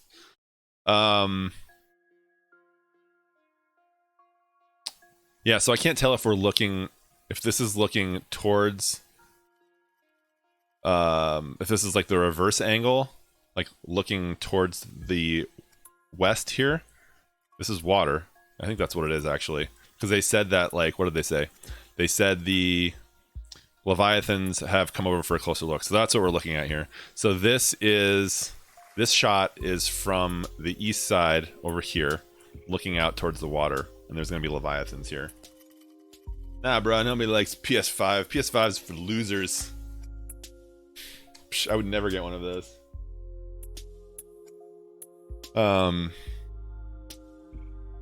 So we've got two opposite angles here. We've got this one, and then over here where all this water is, way off in the distance, is where this firefight is going down in the next photo. Right here. Yeah, that's it. That's it. Figured it out. See, this big pill right here is this right here. So we're on the other side of it. Still can't see the beginning or the end of the zip line. That's how long that thing is. 5 is for sheep, yeah. Get in line for your PS5, sheeple. PS5? More like PS5G. It's getting in your brain. It's mind control, man. Think about it. Why would there be a 5 in the name if it wasn't 5G? Unbelievable. People will just do anything. That's big video games. Big video games. Finally a broadcaster that speaks the truth. I need a truth emote. Truth. Might get you banned, yeah. True. Yeah. Nah, we're good. We're good. I've got friends in high places. I don't want to say anything, guys. I don't know if you read my censoring my emotions. I mean, yes, censoring all emotion. Obey. Obey. Obey. So we hadn't gotten our stimulus yet. The last stimulus came through no problem. Direct deposited and all that stuff, and this one was like, we checked it online and it's just had some like vague thing like, you know, it hasn't been deposited yet, we don't know why, don't call us. And it's either because there's a problem or you're not eligible. and I wanted to know like what the answer to that was, and so I couldn't get in touch with anybody. So I called my representative in Congress, Diana DeGette, and was like, I just left a message with her office and said, hey, like, constituent here, like, everybody I know has gotten their stimulus. I can't figure out why we haven't gotten ours yet, and I can't get in touch with anybody to figure out like if I should even be expecting it, and I don't know if there's a problem or something I need to do on my end. And they called back. They when I called and left a message, they were like, we will call you back as soon as we can, blah blah blah. I got a call back from this guy. He left a message because I missed the phone call, but he left a very long and detailed message, and his name I forget, but he was basically like, I am the IRS liaison for Diana DeGette's office, and I want to see if I can help you out, like figure out what's going on with your stimulus, etc., etc. Here's my personal email address. Please get in touch with me at your earliest convenience, and we'll work through this together. And I was like, that's amazing. I hadn't got a chance to get back to him yet because yesterday I was busy. Lo and behold, this morning, stimulus hit our bank account. I'm not saying that when I call my representative, they listen to me and they do whatever I say. Just saying. So, long story short, I'm not going to get banned. And also, you know, I was very happy to have a personal response from my representative in Washington, y'all. It wasn't my senator, you know, it was my representative, but still, she's kind of a big deal. But to have somebody like call me back personally, and especially like my call was forwarded to the right person in her office to be able to help me out with this issue, and it wound up getting resolved. I don't know. Seems pretty convenient. Should citizens be able to deny the stimulus if they know they don't need it? Sure. I think that, I mean, I think that an issue there would potentially be like what happens to that money. You know, if like, let's say they earmark X trillion dollars for a stimulus package, and you know, a certain percentage of people decide that they don't need it. I don't know how, like, are we then like just no, go ahead government, you can hang on to that money for us. I think honestly I am kind of more on the side of like, give it to everybody, and if you think you don't need it, then you be a responsible citizen and do something with it that you think is going to help your community. That's kind of what we're doing. Honestly, we are, you know, I know, you know, we're doing our home remodel, so we're throwing a little bit of it into that account. We are buying dinner for our friends who are coming over tonight, and the rest we are donating to. We haven't decided like where it's going yet, but we are gonna be, you know, donating a couple $100 to some lefty libtard cause, probably. But we're gonna put that money towards where we think it is going to be useful. So we're divvying it up. I'm not just like buying a 5G PS5. But I don't think that, like, I think that the responsibility needs to fall on people to know whether or not they should be, this is just my opinion, what they need to use the money for. You know, stimulus is right there. It's like for stimulating the economy. So we won't be stimulating the economy right away, other than like spending an extra, you know, $100 for takeout today, you know, which again, we will try to like buy from some place like a local restaurant. That's for PS5 mind control. There you go. Yeah, I got like, you know, a little bit of cash from my birthday. I'm hanging on to that for now, and you know, maybe I'll get a PS5 mind control when my mind control is telling me that when Horizon comes out, that's when you buy a PS5. That's what the aliens are telling me, or the Chinese are telling me, you know, their 5G mind control. Maybe it's the Danish 5G. I think we are, dude. By the laws of Twitch.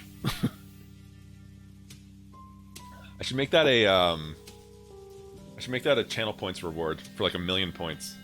Like get married, and it's just like good, we're married. Yeah, that's exactly what I'm doing. I have no need for it right now. You know, I don't need to play Dank Souls Remastered or any of that stuff. Gran Turismo, you got to get it for those cars, man. I love that. It's one of the I don't know.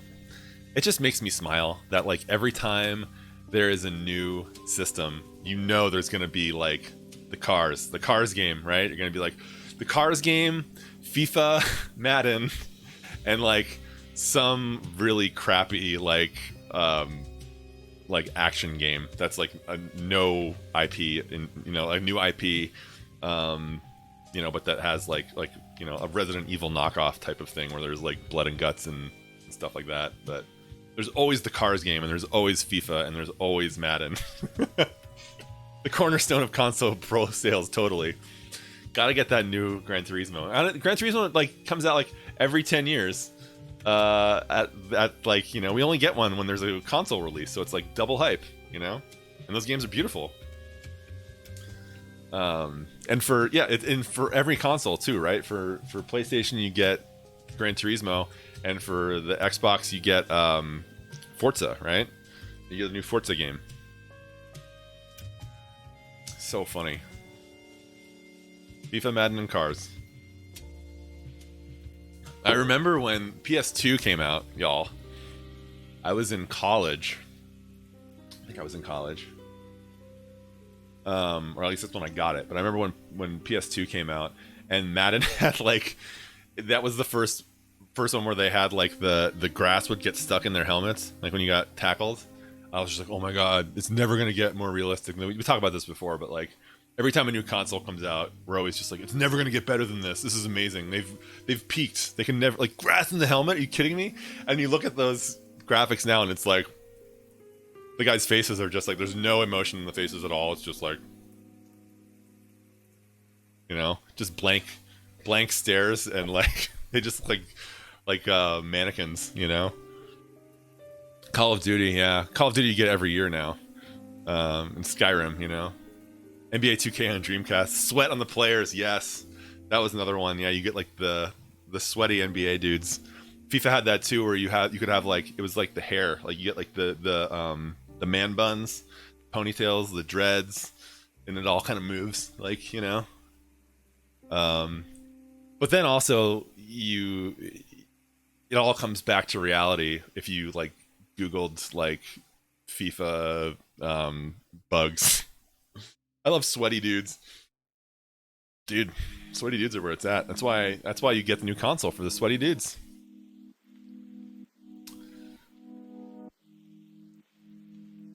As sweaty dudes take all my money. What if you put sweaty dudes inside a car? Inside a shiny car? Oh my god. Oh my god, Craigasms. 4K sweaty dudes. I want to zoom in on the beads of sweat dripping down, you know, down the faces. I feel like sometimes they go overboard on that stuff too, though, where it's just like the guys look like they're not just like sweaty, like where they're just it almost looks like they're greased, you know. There's just too much reflection. There's too much reflection off of the sweat. And it's like, have you watched an NBA game before? Like, they don't look like this. They look greased. I don't know if they actually are greased, but it's like they've gone, you know, it's like that that Simpsons episode where Homer's trying to he's trying to come up with inventions, and he does like the makeup gun for women, where it's like you shoot women in the face with makeup, and that's how they get their makeup done. And first of all, like, it's got two great lines where he's like, Marge is like, Homer, women aren't gonna like getting shot in the face, and Homer's like, women will like what I tell them to like. And the other one where he tries to shoot her, and she pushes the gun out of the way, and it goes off on the wall. It's like clown makeup on the wall. And she's like, Homer, you've got it set to horror. That's kind of like what they've got the sweat setting set to grease on some of those games. I feel like the WWE games are kind of like that too, where it's like a little bit too sweaty, you know. And it just looks like, you know, it just looks weird. They look like they've been dipped in lacquer, you know. Oh yeah, gasm. There it is. Oh yeah. So yeah, that'll be a maybe holiday 2021 purchase, right? Unless they push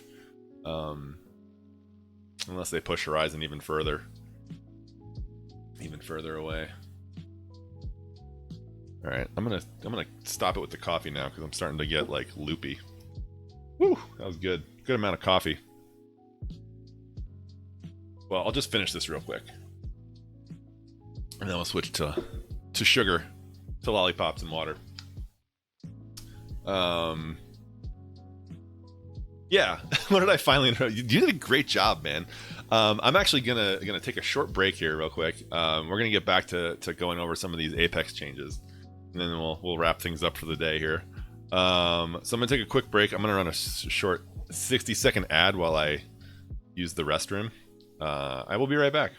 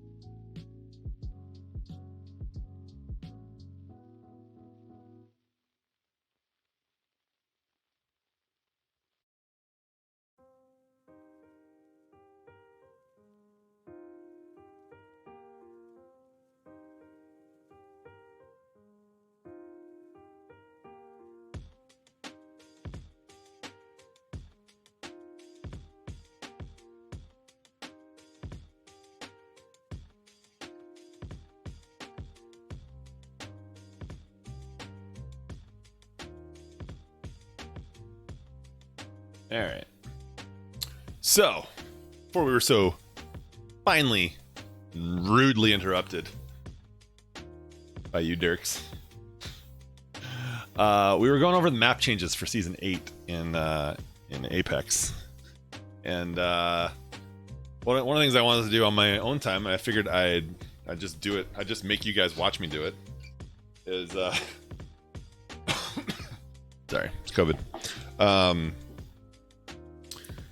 Is compare the maps, the Kings Canyon map. So basically what's happening here, if you're just joining us, the new season there has been a giant, in celebrating the launch of the new season, and this is in the game world, there was a huge kind of, let's call it what it is. It was a terrorist attack, basically, at the celebration.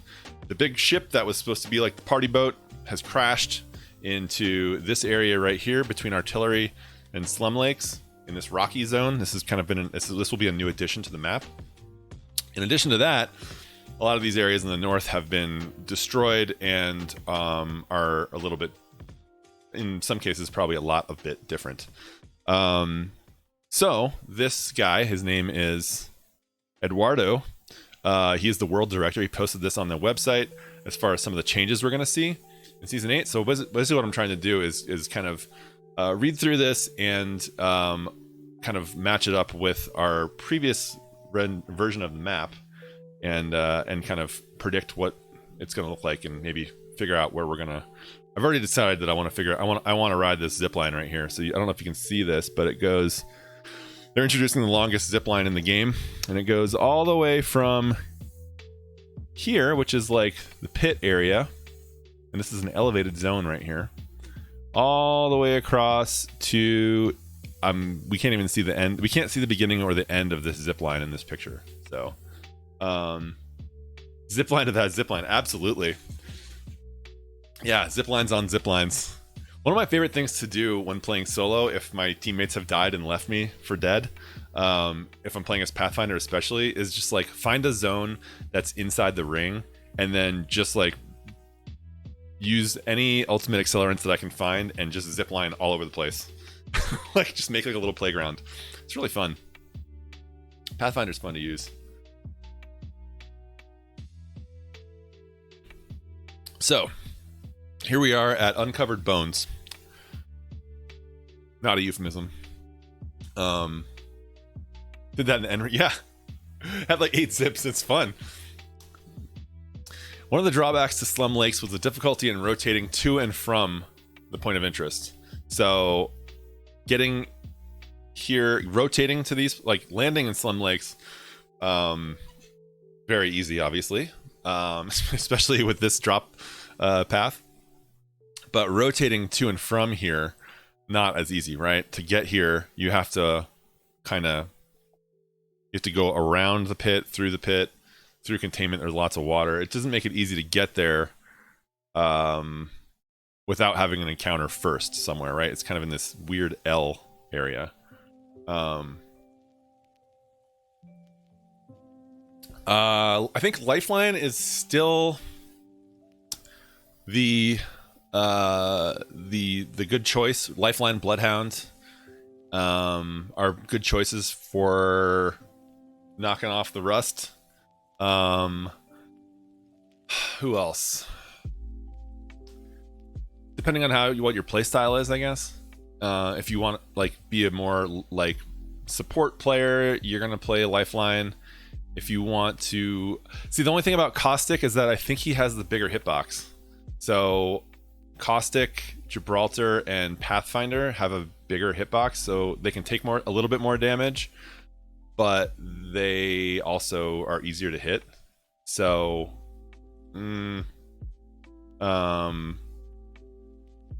Caustic, you have, yeah. So of the original characters, I would say Bloodhound and Lifeline. Until you get enough points for unlocking the new characters. Octane is actually, that would be the first one I would recommend unlocking, because he can get you in and out of encounters really quickly, and he regenerates health automatically, which is good if you're worried about that sort of thing. He can kind of play either way. So I would say if you're going to play offensive, then Bloodhound. If you're going to play defensive, then Lifeline. And if you want like a decent mix, then I would say if you buy Octane, or you can, like Bangalore too is pretty decent at kind of doing both of those things. Bangalore is a free character as well. Who's the best if I can't shoot and have shitty spatial awareness in games?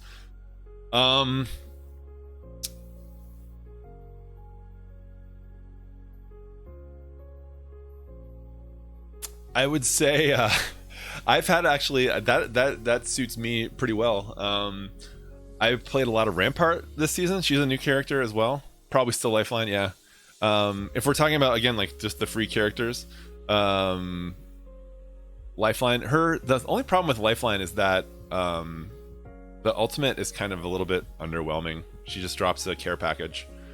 But as a support character, all you really need to do is kind of like stay next to your teammates. If they go down, like she got a buff this, I don't know if it was this season or last season, where she can kind of revive players using the drone. So you just like run over, you can revive somebody and then just run away, and the drone revives somebody with a shield, which is pretty nice.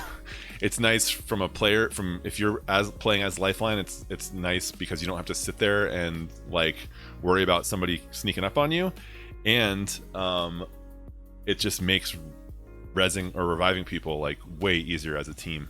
And I don't think there's a cooldown on it either. So like you can, I think they're talking about nerfing that a little bit, but right now there's no cooldown on it, so you can like run over. Somebody gets knocked down, you can run over, drop your drone, and it starts rezzing the person.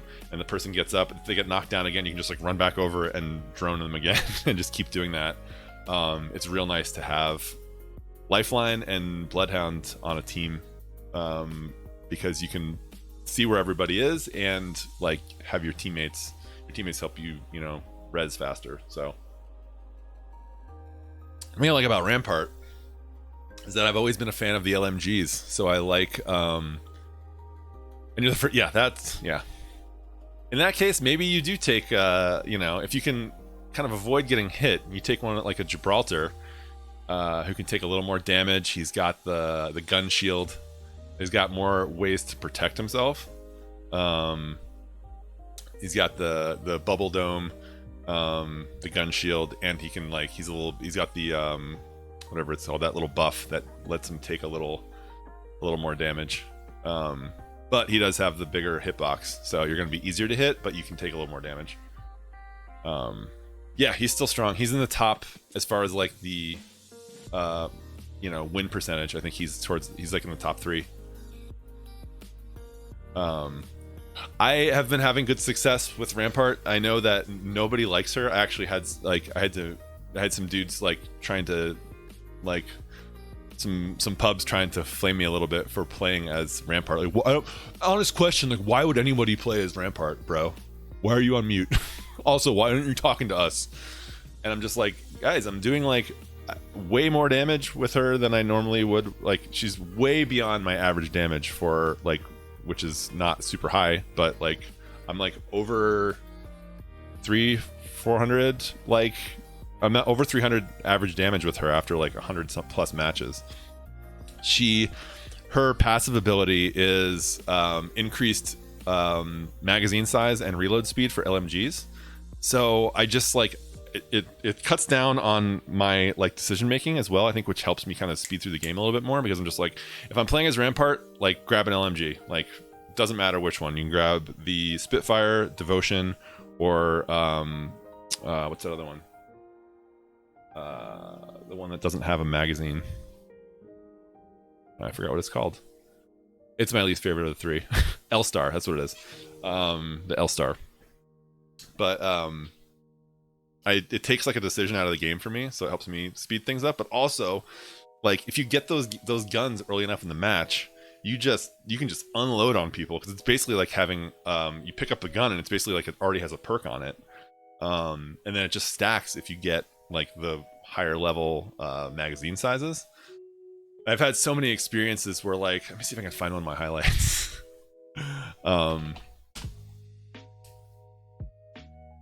Where like people run up on you in a room and you can just like it's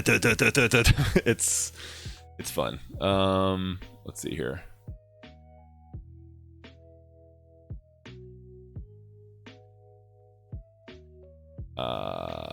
Is this is the one, right? Nope. It's this one. Nope. Where is it? This is the one. This is the one where it's just like just destroyed an entire fire team as Rampart. This was 16 squads lost, so this is an early game.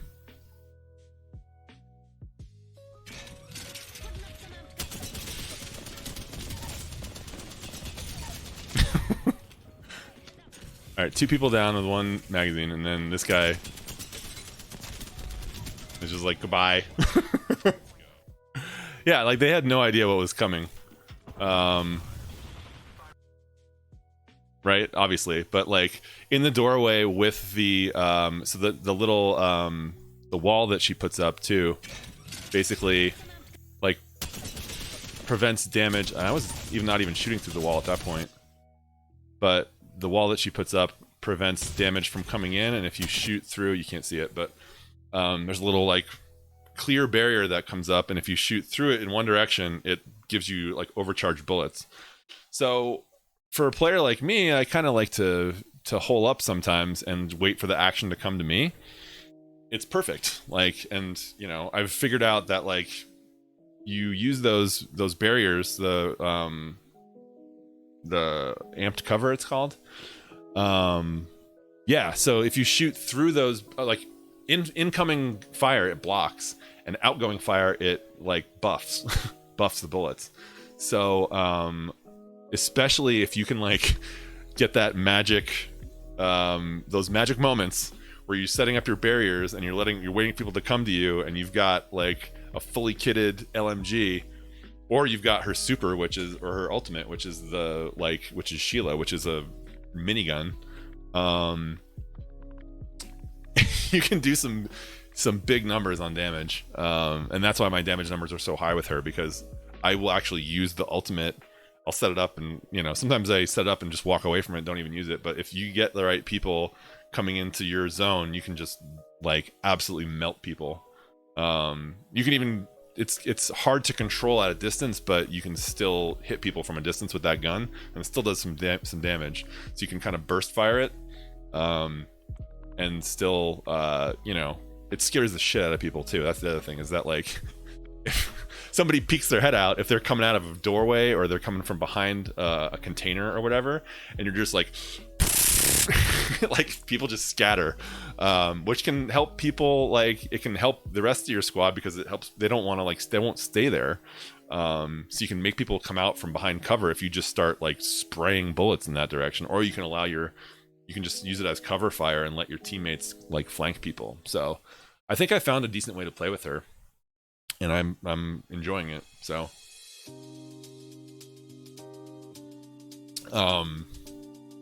one of the drawbacks to Slum Lakes was difficulty in rotating to and from the POI. In changing up the area, we also looked at making it easier to access runoff and airbase.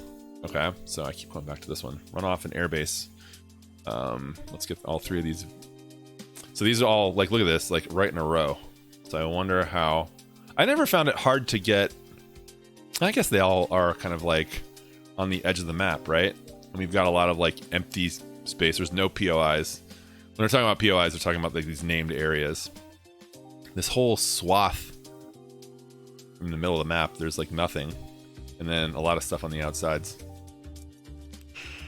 When part of the mountainside was brought down during Maggie's act of sabotage, a new pathway was revealed and ancient Leviathan bones were discovered. Okay, this maybe just be like a story point, but I don't know. This new pathway offers a scenic rotation and an easy drop into runoff, which in turn should make the northwestern part of the map more desirable drop location. So, scenic rotation and easy drop into runoff. I don't really know exactly what that means. I don't know where the mountainside was. I'm guessing they're talking about this area. So maybe they're shaving off some of this area from the pit, so that you're less. You don't have to go all the way to the edge of the map to get from runoff, or to get to Slum Lakes. They want the action to be happening up here at the top of the map, right? And so look at all these these rock formations everywhere and these little choke points. They're trying to shave off the amount of time it's going to get. Like, say you drop at Gauntlet or Bunker, which is a hot spot usually on this map. Like, you do your thing here. Like, now you want to get up and see what happened up here. Like, previously you'd have to go like, okay, especially if you come out to the west side, you're like, you got to run all the way through runoff, all the way to the edge of the map, and then up and around and through here. Or you got to go like through this choke point, through some water, which is really annoying, and then up here. Or you go through the pit, which is another choke point. So I think they're trying to open up the map a little bit more over here, so that there's a little more space to kind of like, maybe there's a firefight going on here, you don't want to be a part of it, you can just kind of skirt around here and sneak past it rather than getting yourself caught here. So that's cool.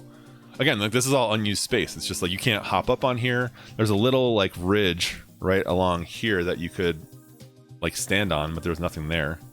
And this is all like, if you go up, if you landed up here, or if you did a zip line up here or something like that, like, this is all out of bounds. So it's all kind of just like chunky rock space that is unused. So go ahead and use it, especially if you took away real estate down here in the last season where this was Skulltown. You got to add some spots. Definitely avoiding gunfights. That's one of the things I kind of embraced my embraced my what's the word I'm looking for here? Aggressiveness.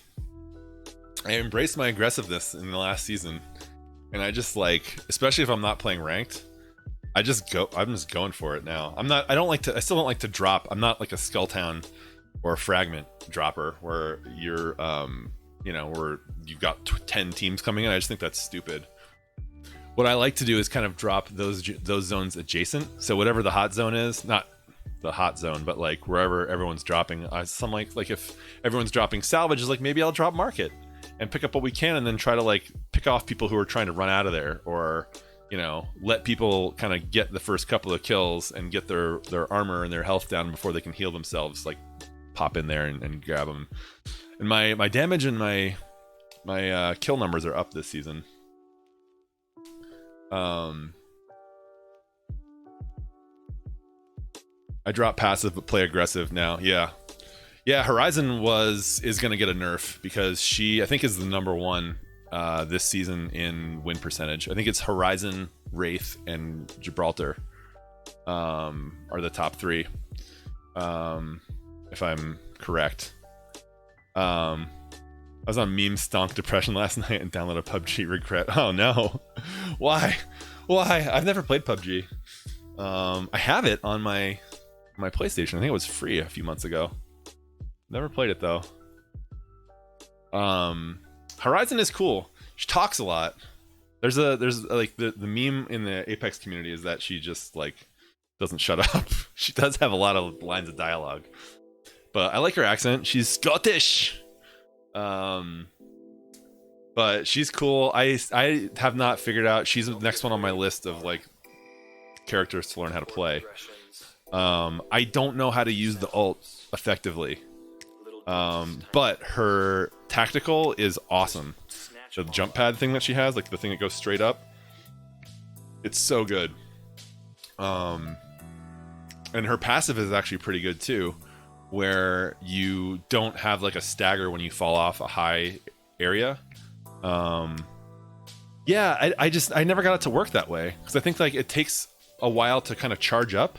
So a lot of times like you can see it coming in. I've done this before, like as an opposing player.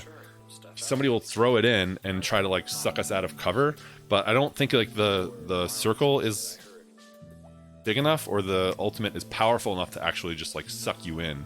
You can still run away from it. Yeah, I think that's in theory what it's supposed to be used for.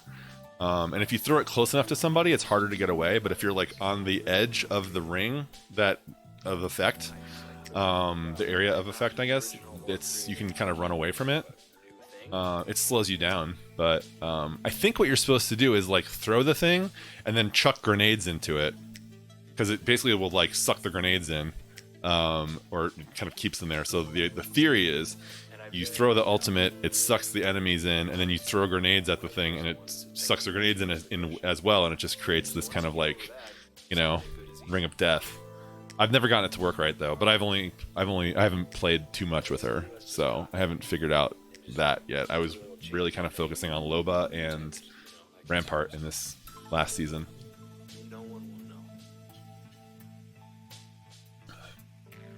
Yeah, but you see a lot of people, and I've had a couple of I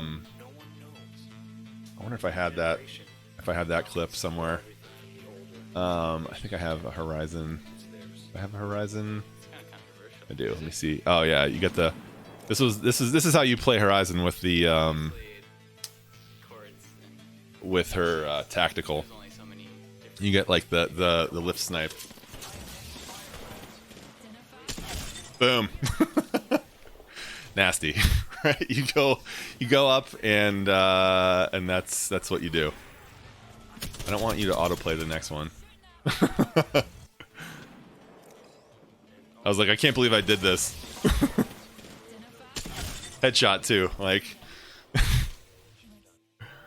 But you see a lot of people doing that where they use the tactical to like get above everyone, and that's like, I don't know if you guys ever watched True Vanguard. He's a Destiny streamer, but his thing was always like, get above people. Like people who play shooters like don't look up for the most part. Like especially like, you know, so if you get above people, he's always preaching, like especially doorways. People will run into rooms and, you know, not clear their corners basically, especially on console. Exactly. But people just don't tend to do that, like to look up anyway. So if you can kind of like get above a doorway and you let somebody kind of like, especially if you're like behind them basically and they run through the doorway and you're above them, like easy headshot too. It's harder for them to hit a headshot, and it's easier for you to hit a headshot if you're above them. So that's one thing that you always see people playing as Horizon do, is during gunfights, even if they're out in the open, they'll drop that thing and pop up there and then just try to like snipe people, because it holds you pretty steady. So you're not like bouncing around up there. Like with Octane, if you use the jump pad, it like launches you, so you have like that extra axis that you have to deal with if you're trying to shoot people on the jump pad. But this thing just lifts you straight up, and you know, if you're skilled enough, that's the only time I've ever done that. If you're skilled enough, you can do some damage. However, if you, as an opposing player, if you see that thing go up, you're like, oh, there's going to be Horizon at the top of that thing.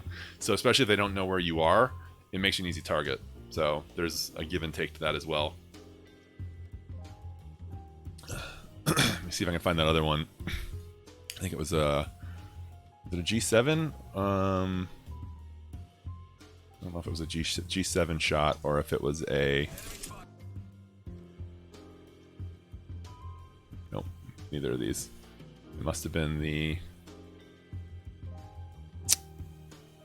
where is it?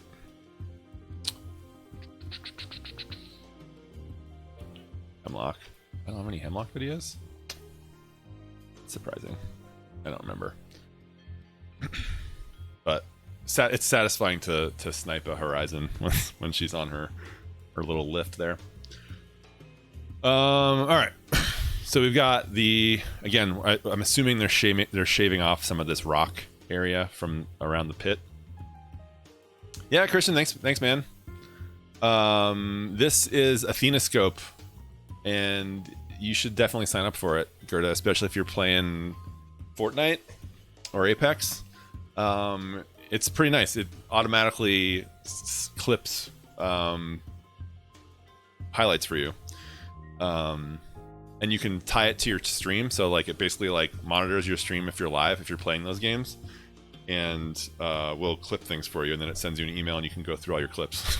So this is kind of what it looks like. Actually, right now it's monitoring my stream, waiting for stream to end for auto import. It won't get any, but like if you have a play session, I have an OBS profile. You can also stream directly to the site.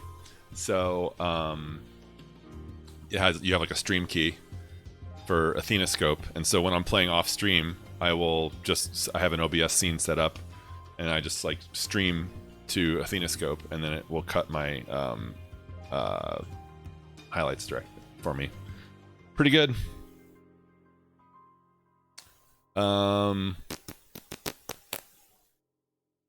Recommend. Works really well, and I mean it brands it for you, so you know you can't take their branding off of it when you get the highlights, but who cares? It's like one less thing you have to do. All right, so the pit there, I'm assuming shaving off some of this mountainous area to make the rotation a little bit easier from the runoff airbase bunker triangle to get to Slum Lakes and the new area, which is again going to be up here where the ship has crashed. The crossings situated down the length of the river are 3 echo outposts that are set up to survey and test the water supply. Situated down the length of the river, so this is the river, right? So there's going to be 3 echo camps. The bridges create clear focal points over the river and can lead to combat chokes in strategic spots. So who knows where they will be. But the echo outposts are going to be scattered across the river. I don't think I ever realized that was a river that goes through this area. Huh. So I'm guessing they'll probably be like evenly spaced. And basically what's going on here again is that the ship crashed up here. The river flows from north to south. whole bunch of rocket fuel has leaked into the river. So Echo, which is basically like the EPA, Apex EPA, has set up these camps to kind of clean up the river. So I'm guessing it'll be more polluted up here, less in the middle, and then probably relatively clean down here if that's how they kind of did the images.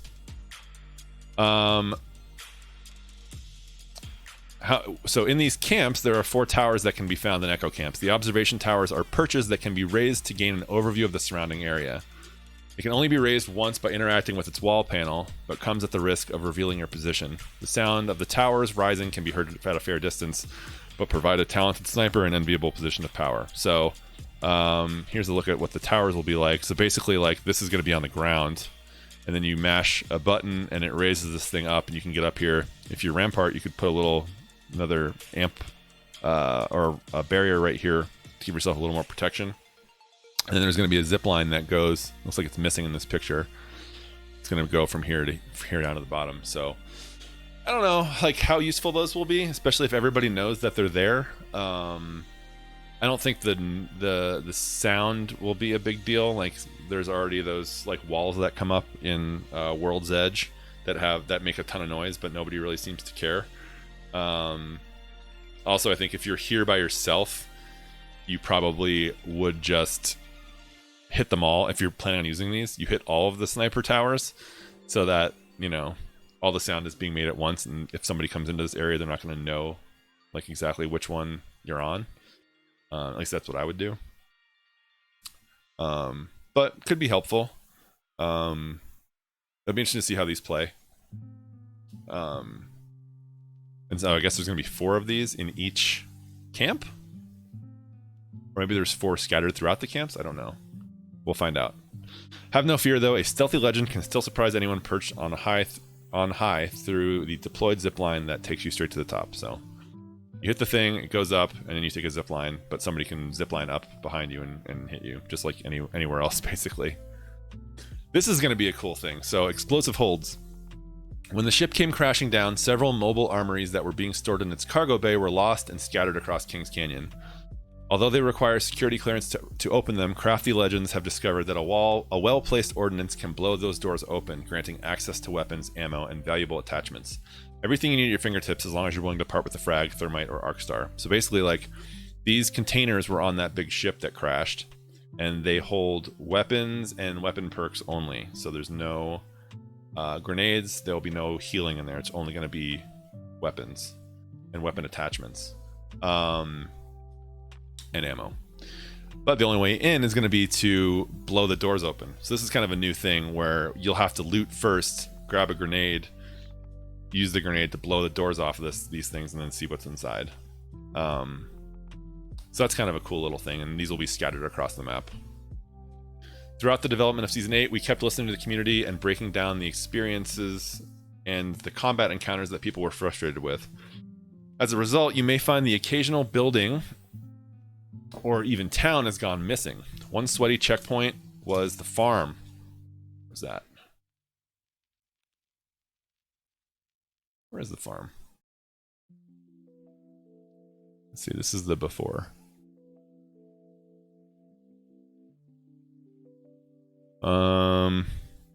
It's gone now, wherever it was. I think this is like, there's like that logging road. I think it's over this way.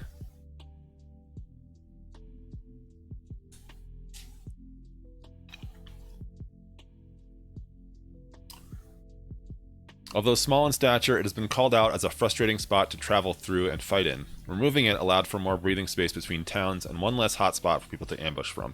Okay, so they just got rid of the farm.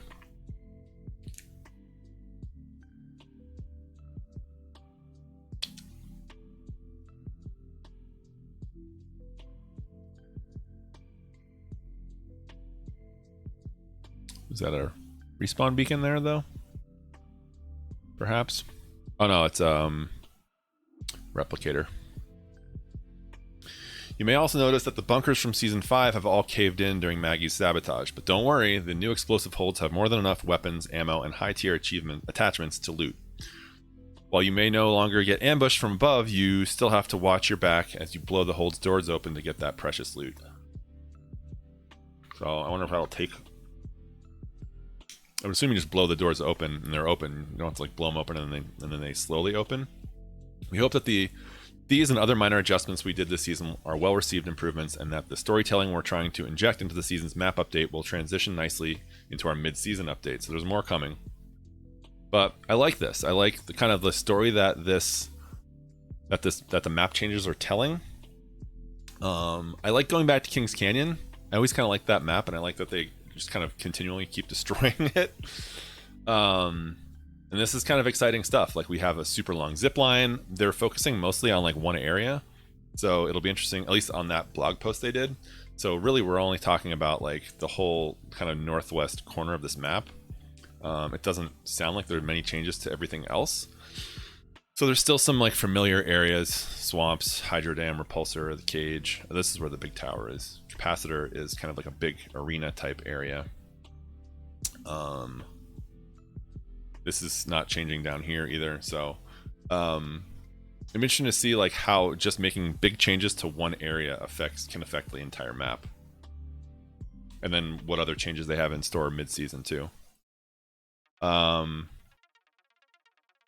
excited for that. I'm gonna definitely be dropping the pit and hitting that zip line as much as possible.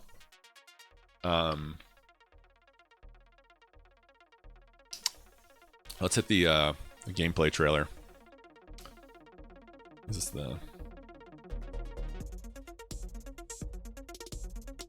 Oops.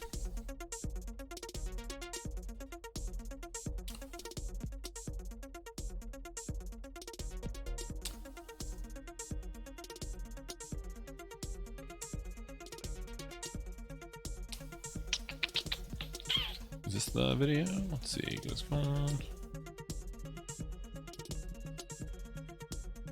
Let's go to the YouTube channel.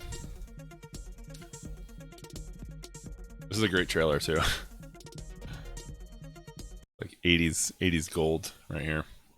In a world where only survival matters, the greatest warriors from every corner of the Outlands compete for fame, fortune, and glory. There's just one problem. They play by the rules. Here comes a little old school. Walter Fitzroy is Fuse.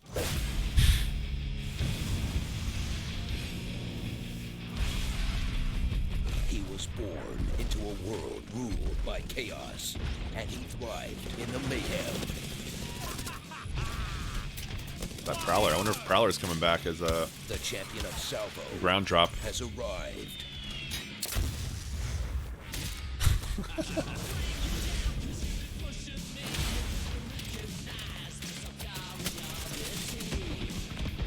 Shut him down.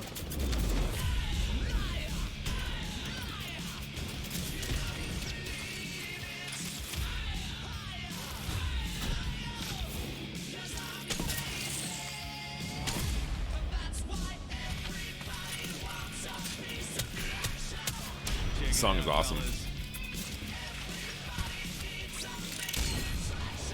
Tell the devil Fuse sent you.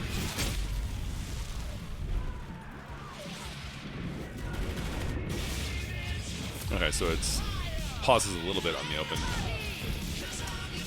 Gold magazines too, same capacity. What did it say? Go back and look at it. I think it like the gold magazines auto reload when you stow a weapon. I'm a big fan of yours. It's like a Destiny perk.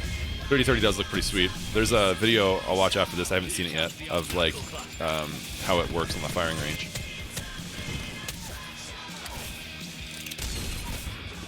Respawn Entertainment and Electronic Arts present Walter Fitzroy. I love that Bangalore skin. Mayhem. They finally did her hair Begins this justice. February. Here comes the motherlode.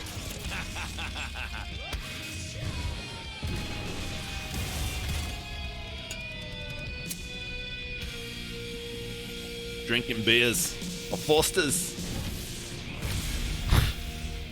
Good stuff. It's a wonderful trailer. So that's your gameplay trailer. Yeah, so the gold we'll have gold's magazines now. Basically, that if you attach it, it allows you to reload weapons while they're stowed, which is pretty nice.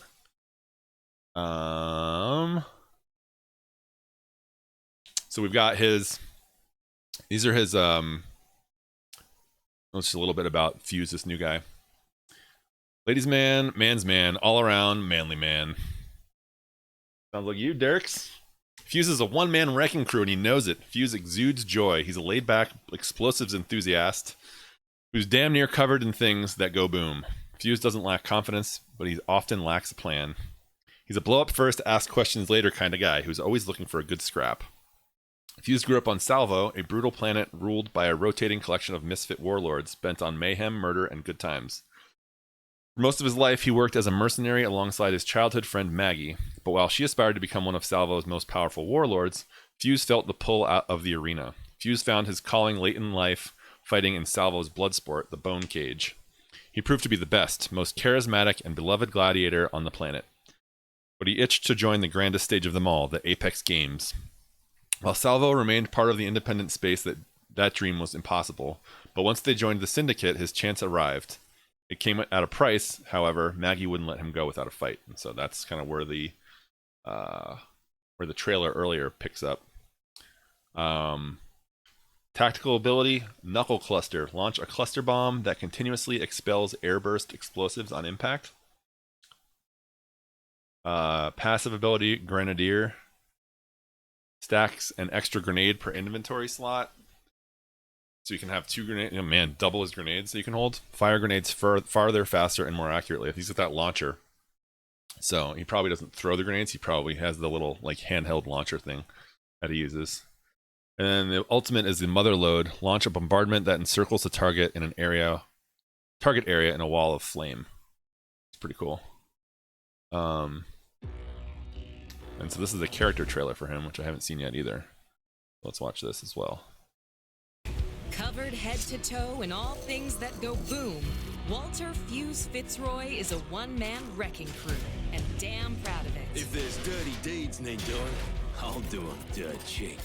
A former mercenary and a true connoisseur of explosives, Fuse can rain down destruction from an exceptional range. Never met a problem a compound explosive couldn't fix.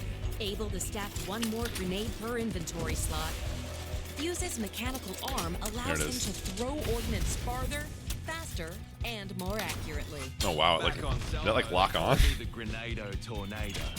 The Grenado Tornado. Also features a tactical cluster bomb that splinters out mini concussion mines. Don't you worry. Fuse, you'll make sure you go out with a bang.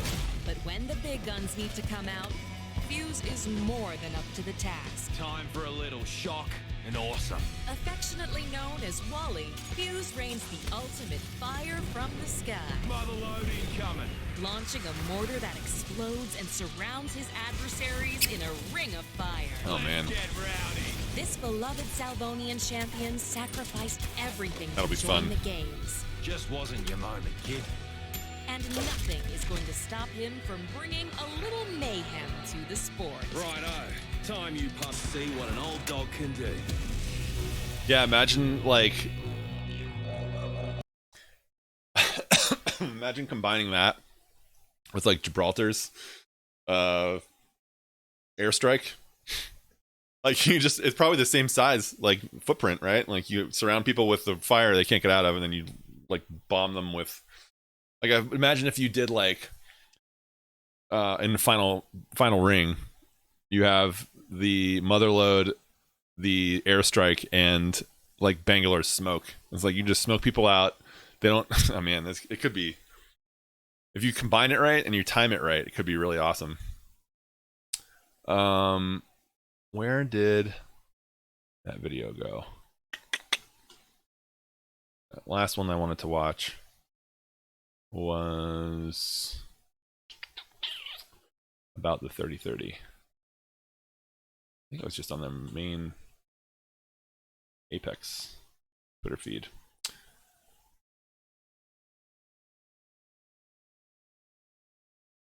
Where is it? Anvil receiver looks set to return.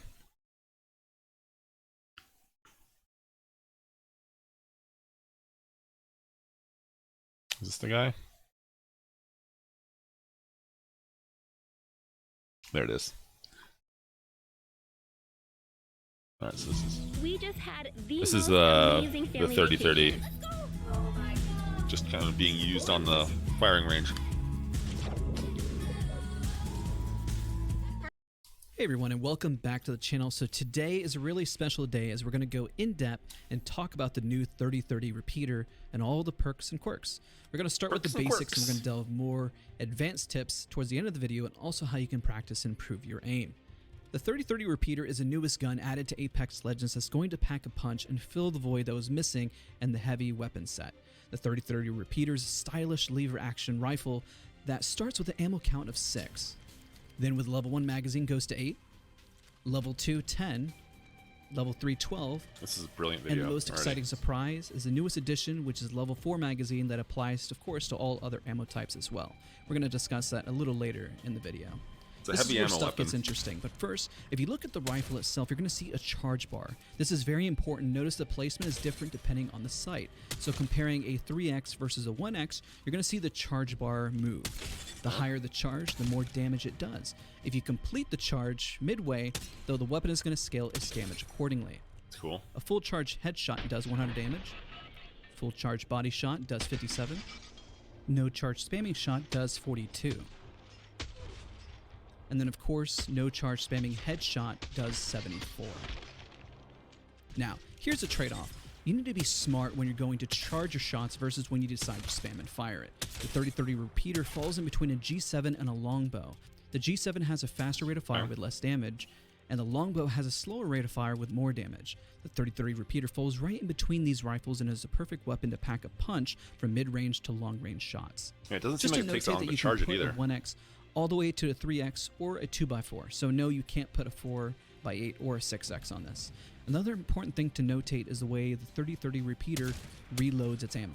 You may have a large magazine, but if emptied out, it's going to take a very long time to reload from empty. Wow. You need to be smart how you engage with the 30-30 repeater. Remember to take shots when traversing from downtime to reload where you can to ensure you have a high ammo count. If you don't, you're going to find yourself out of ammo before you know it in your next encounter and have to rely on your sidearm. With that, one of the biggest additions to the game is a new level 4 mag, which comes at a perfect time to offset the 30-30's issue in terms of reloading. The new level 4 magazine, once you put away your 30-30 repeater, or any gun for that matter, and wait 5.5 seconds, the gun will immediately and automatically reload after that time has lapsed. Then once you switch back to the weapon, get right back in. It tells you it's reloaded too. Just to note that this gun has a similar bullet drop compared to the G7 rifle. If you notate on screen the distance of the 3x and the bullet drop, now let's look at the 30-30s. You're going to see the similar bullet drop of these two weapons. The longbow and the sentinel have way less bullet drop, as highlighted you can see here on screen. Okay. I'm highlighting this as it's important for the new guns so you understand where it fits when you pick up other weapons. If you love the G7, well, the 30-30 repeater is going to be quite literally your best friend and a great alternative depending on your weapon choice. An example, you can pair this with your good old trusty R99 or R301 and not have to worry about sharing ammo. Especially if the wingman was just not quite your style. Nope. Want a way to practice the 30-30 repeat before hopping in? Well, turn on the target dummies for a quick action and get comfortable with lining up your shots. I have a great video guide on that still applies to the current season. Or, of course, you can practice snapping between targets and get comfortable. A great way to get the blood flowing, of course, on those cold mornings. Again, you can just spam your shots because the plus side of the 30-30 repeater is the rate of fire in which you can shoot, depending, of course, if you want to charge your shot and not. Remember to get used to this and, of course, the pacing. So, of course, always waiting for shots is definitely going to help. This is why I mentioned turning on the target dummies. And again, I hope you guys found this video helpful. I'm really, really excited about this rifle. This is definitely going to fill a massive void and definitely beneficial towards competitive, ranked, and even pubs whenever you're just having fun shooting this rifle. Again, just to notate, the last note is about the hip fire.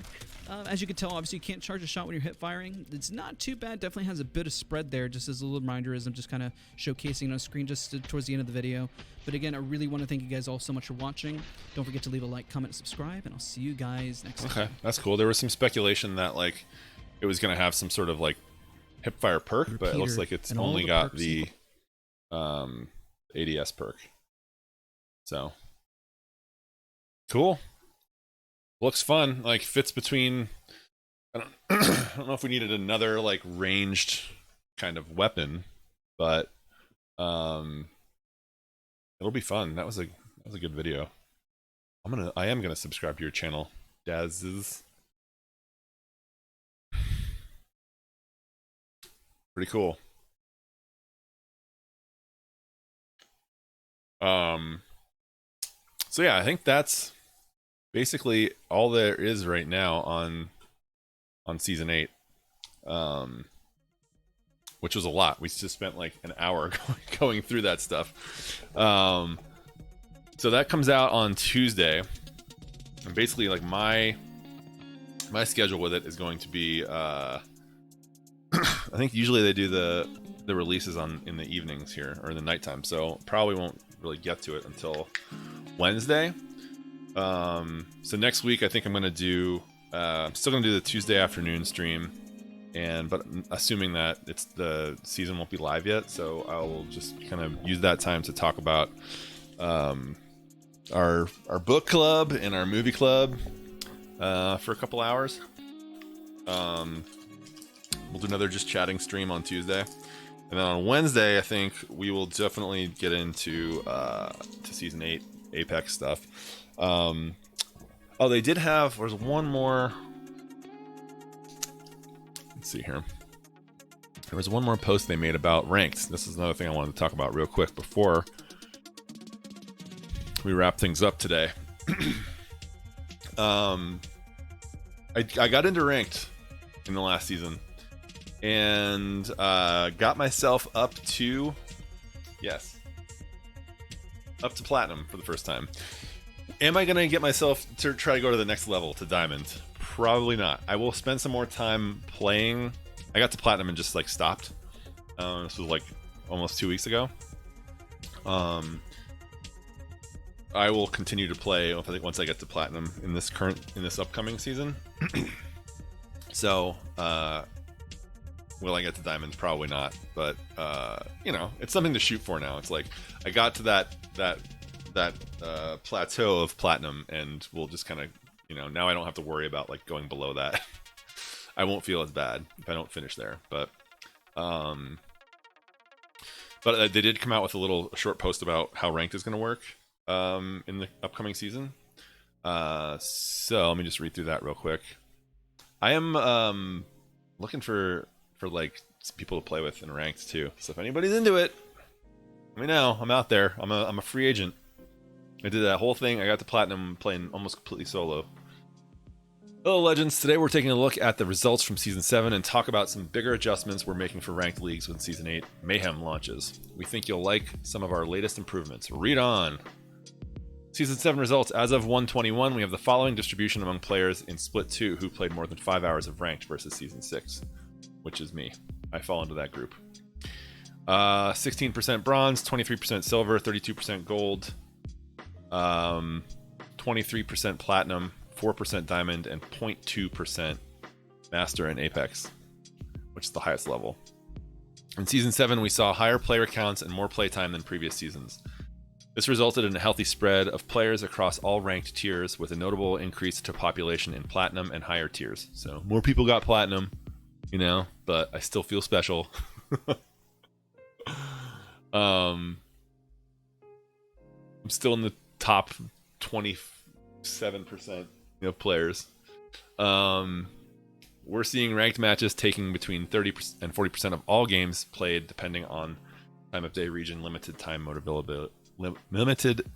availability, and time since the last reset. Season 8 rank changes. A consistent and ongoing goal for the Apex ranked team is to ensure competitive integrity through skill-based matchmaking. For Season 8, we are taking a bigger swing at some of our goals while taking into account a lot of feedback from the community. Some of these goals for Season 8 are: create a healthier top end in Diamond Plus. Diamond Master and Predators are reserved for the best of the best. We don't want to change that. That's the top 5% approximately. But we do want these players competing against more players of similar skill more often. In previous seasons, the player pool in Diamond Plus was too small to consistently provide fair matches. So we aim to improve this by providing more opportunities for good players to earn RP. Okay. Sweaty. It's not, though. It's not. Improve match quality for ranked matches. Ranked is way more fun than pubs, in my opinion. And not just because of like there's that extra competitive edge. That kind of helps. I think that helps kind of adjust the gameplay style to how I would want to play, you know? Improve match quality for ranked matches. This means we are aiming to fill most, if not all, of players in your ranked match with players in the same rank tier. So basically, that's like your color level: bronze, silver, gold, platinum. This may cause slightly longer queue times, but more competitively fair matches. We think this is worth it, and we'll monitor queue times and sentiment closely around these changes. So I never really got to. I'm guessing that means that the like gold players will still all play together, but gold 1 and gold 4, there's not a whole lot of difference, I don't think, but we'll see. I'm in platinum now, and I have played some matches with gold level players, but I don't know. I don't see a huge difference there, honestly. Maybe there's a difference in playstyle. I didn't play enough in platinum to really determine that. Here's the details of changes in the RP system designed to support these goals. This is actually really cool. I read through this yesterday, and this is like, I'm happy about this. Earn placement RP early in a match. So RP rewards begin, those are rank points. RP rewards begin at placement 13 instead of in 10 in a match. So basically you had to get like, in order to get, you know, points for a match, you had to make it at least to the top 10 to get like points for, you get points based on assists, kills, and where you finish a match. And so you were 0 at where you finish unless you get into the top 10, but now it's top 13. Kill assist count has been raised to 6. Each RP for more of your kills and assists in a given match. This is a slight nudge to give really good players a slightly faster trip back to their competitive rank, while giving their top tier players more ways to pull ahead of the pack in the Predator ranks. So basically, like, you get those buffs for kills and assists, or you get those points for kills and assists, kills plus assists up to 5, and then it would stop counting. So once you go over 5, you don't get any more points. But they raise that up 1 to 6. So you can get more points if you get to like 6 kills. Assist threshold increased to 10 seconds. Earn assists for up to 10 seconds, up from 7.5 seconds, after dealing damage to a target that is killed by someone else. So you have more of a buffer if you do damage on someone to when they get knocked down. I think that'll make a big difference. Like 2.5 seconds in a firefight is a long time. Predator has been increased to top 750 players. This does not apply to your current streamer. Allowing more players to enter Predator should improve queue times while remaining an exclusive tier for the highest levels of play. I don't care. People in Predator have an issue with that, apparently, but I don't really pay attention to those people. Matchmaking tightening. Players below Diamond will matchmake much more often within their own ranks. Okay, so that means like we'll see Platinum and Platinum, Gold, Gold, Silver, Silver, Bronze, Bronze, and so forth. Finally, for Season 8 onwards, we are excited to announce that Diamond Skydive Trails will be making a return as ranked reward. Right now, it is only Master and Apex Predator. We always want to reward competitive players for the time you invest in Apex Legends, and we hope accelerating the earnable RP will allow you to climb a little higher, or give you the motivation to push for that next tier. It will. It does. I feel like maybe if I grind hard enough in this next season, I can make it to Diamond. Maybe. That's top 4%. It's going to be really... I've never played that much in Platinum, so I don't know. But I'm willing to give it a shot. See how it goes. Season 8 ranked maps and split dates. Kings Canyon crashes back into the scene for the first time, for the first split, which ends on March 23rd. Second split will take us back to Olympus for the remainder of the season. World's Edge is taking a break from ranked play, but will return in a later season. Season 7 rewards. Here's what we're going to get for our rewards. So I will get, let's see, this guy. And this guy, and I think you get a weapon skin too. Yeah, badge, weapon, cosmetic. We'll keep an eye on these adjustments and impact that they have in rank progression and health within the tiers. Thanks for playing, and good luck out there, Legends. So, yeah, that'll be fun. So basically, what we're gonna do here. This is my plan, my Apex plan for the streams is going to be and next week we can probably start to wrap things up here for today. Season comes out February 2. Usually their launch time is like 10 p.m. or 9 p.m. Pacific. So really, that's pretty much Wednesday. So Wednesday during the day, we'll do a stream. We'll do our book club, our January book club, movie club chat. Talk about some of that stuff. Maybe a shorter stream than normal on that day. And then Wednesday night we'll get into Apex, and what we're gonna do there is probably just jump right into ranked, because like getting past platinum is the goal now. I mean, I don't know if it's realistic or not, but it doesn't really matter. I don't really care if we like tarnish our ranked record. If I can, like, especially like getting up to gold, like I'm probably gonna get bounced back to silver, I think. So playing through silver and gold like levels is basically the same for me as playing unranked, because I've already hit those milestones. So like, you know, I don't think like losing a match early on, especially when nobody knows the map, it might be actually be a good time to get into ranked early when there's so many changes. Yep. Then I go pro, dude. Yep. Top 4%. Put it on my resume, and then wait for LinkedIn job offers. Right. Top 4% Apex. That's all. My profile picture will just be a picture of like the badge. Yeah. So, if anybody ever wants to jump in and play, I'm available. If anybody wants to like jump in and play ranked with me, like I think it's fun. I think it's like I think it's actually less sweaty than because it moves a lot slower. Like you'll find this out. You know, I think the more you play ranked, you find the slower the game actually moves, and there's more strategy involved, and people are actually playing to like finish higher rather than like get a ton of kills. Because in unranked, and I'm guilty of that now too. Where it's just like if I'm playing unranked, I'm like, sure, let's freaking hot drop and try to get some kills and have fun and mess around. But in ranked, it's more about like where you finish, because you get points that way, and that progresses you. So like people are less apt to like drop where everybody else is dropping. So yeah, so we're gonna get that started on Wednesday, and that will be probably the next couple of weeks. Mirage profile pick. Totally. Yeah, just which one is real? Ability to clone myself. I can get more work done that way. I multitask.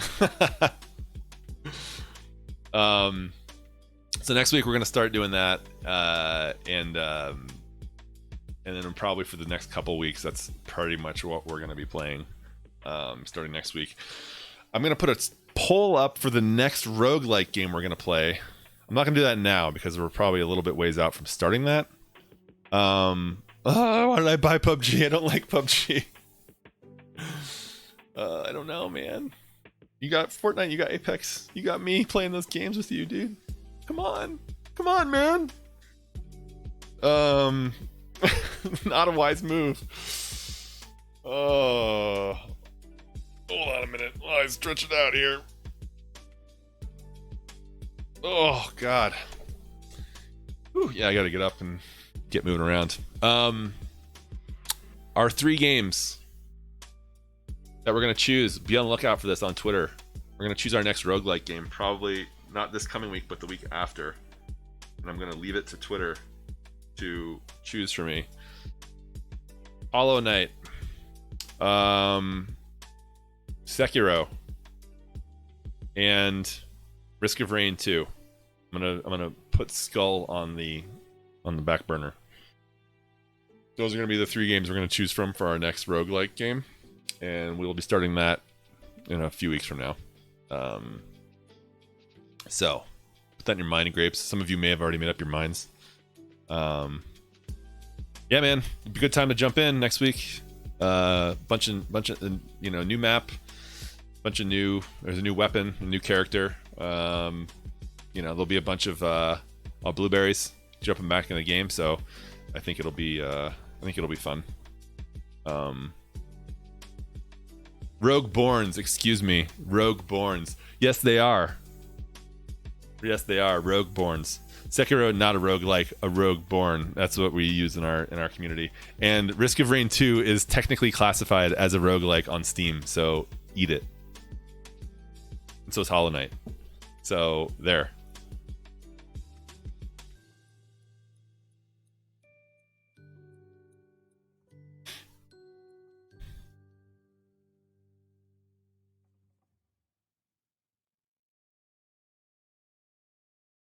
I think it is, actually. Maybe it's not. Maybe it's not. Whatever. Holiday. End of discussion.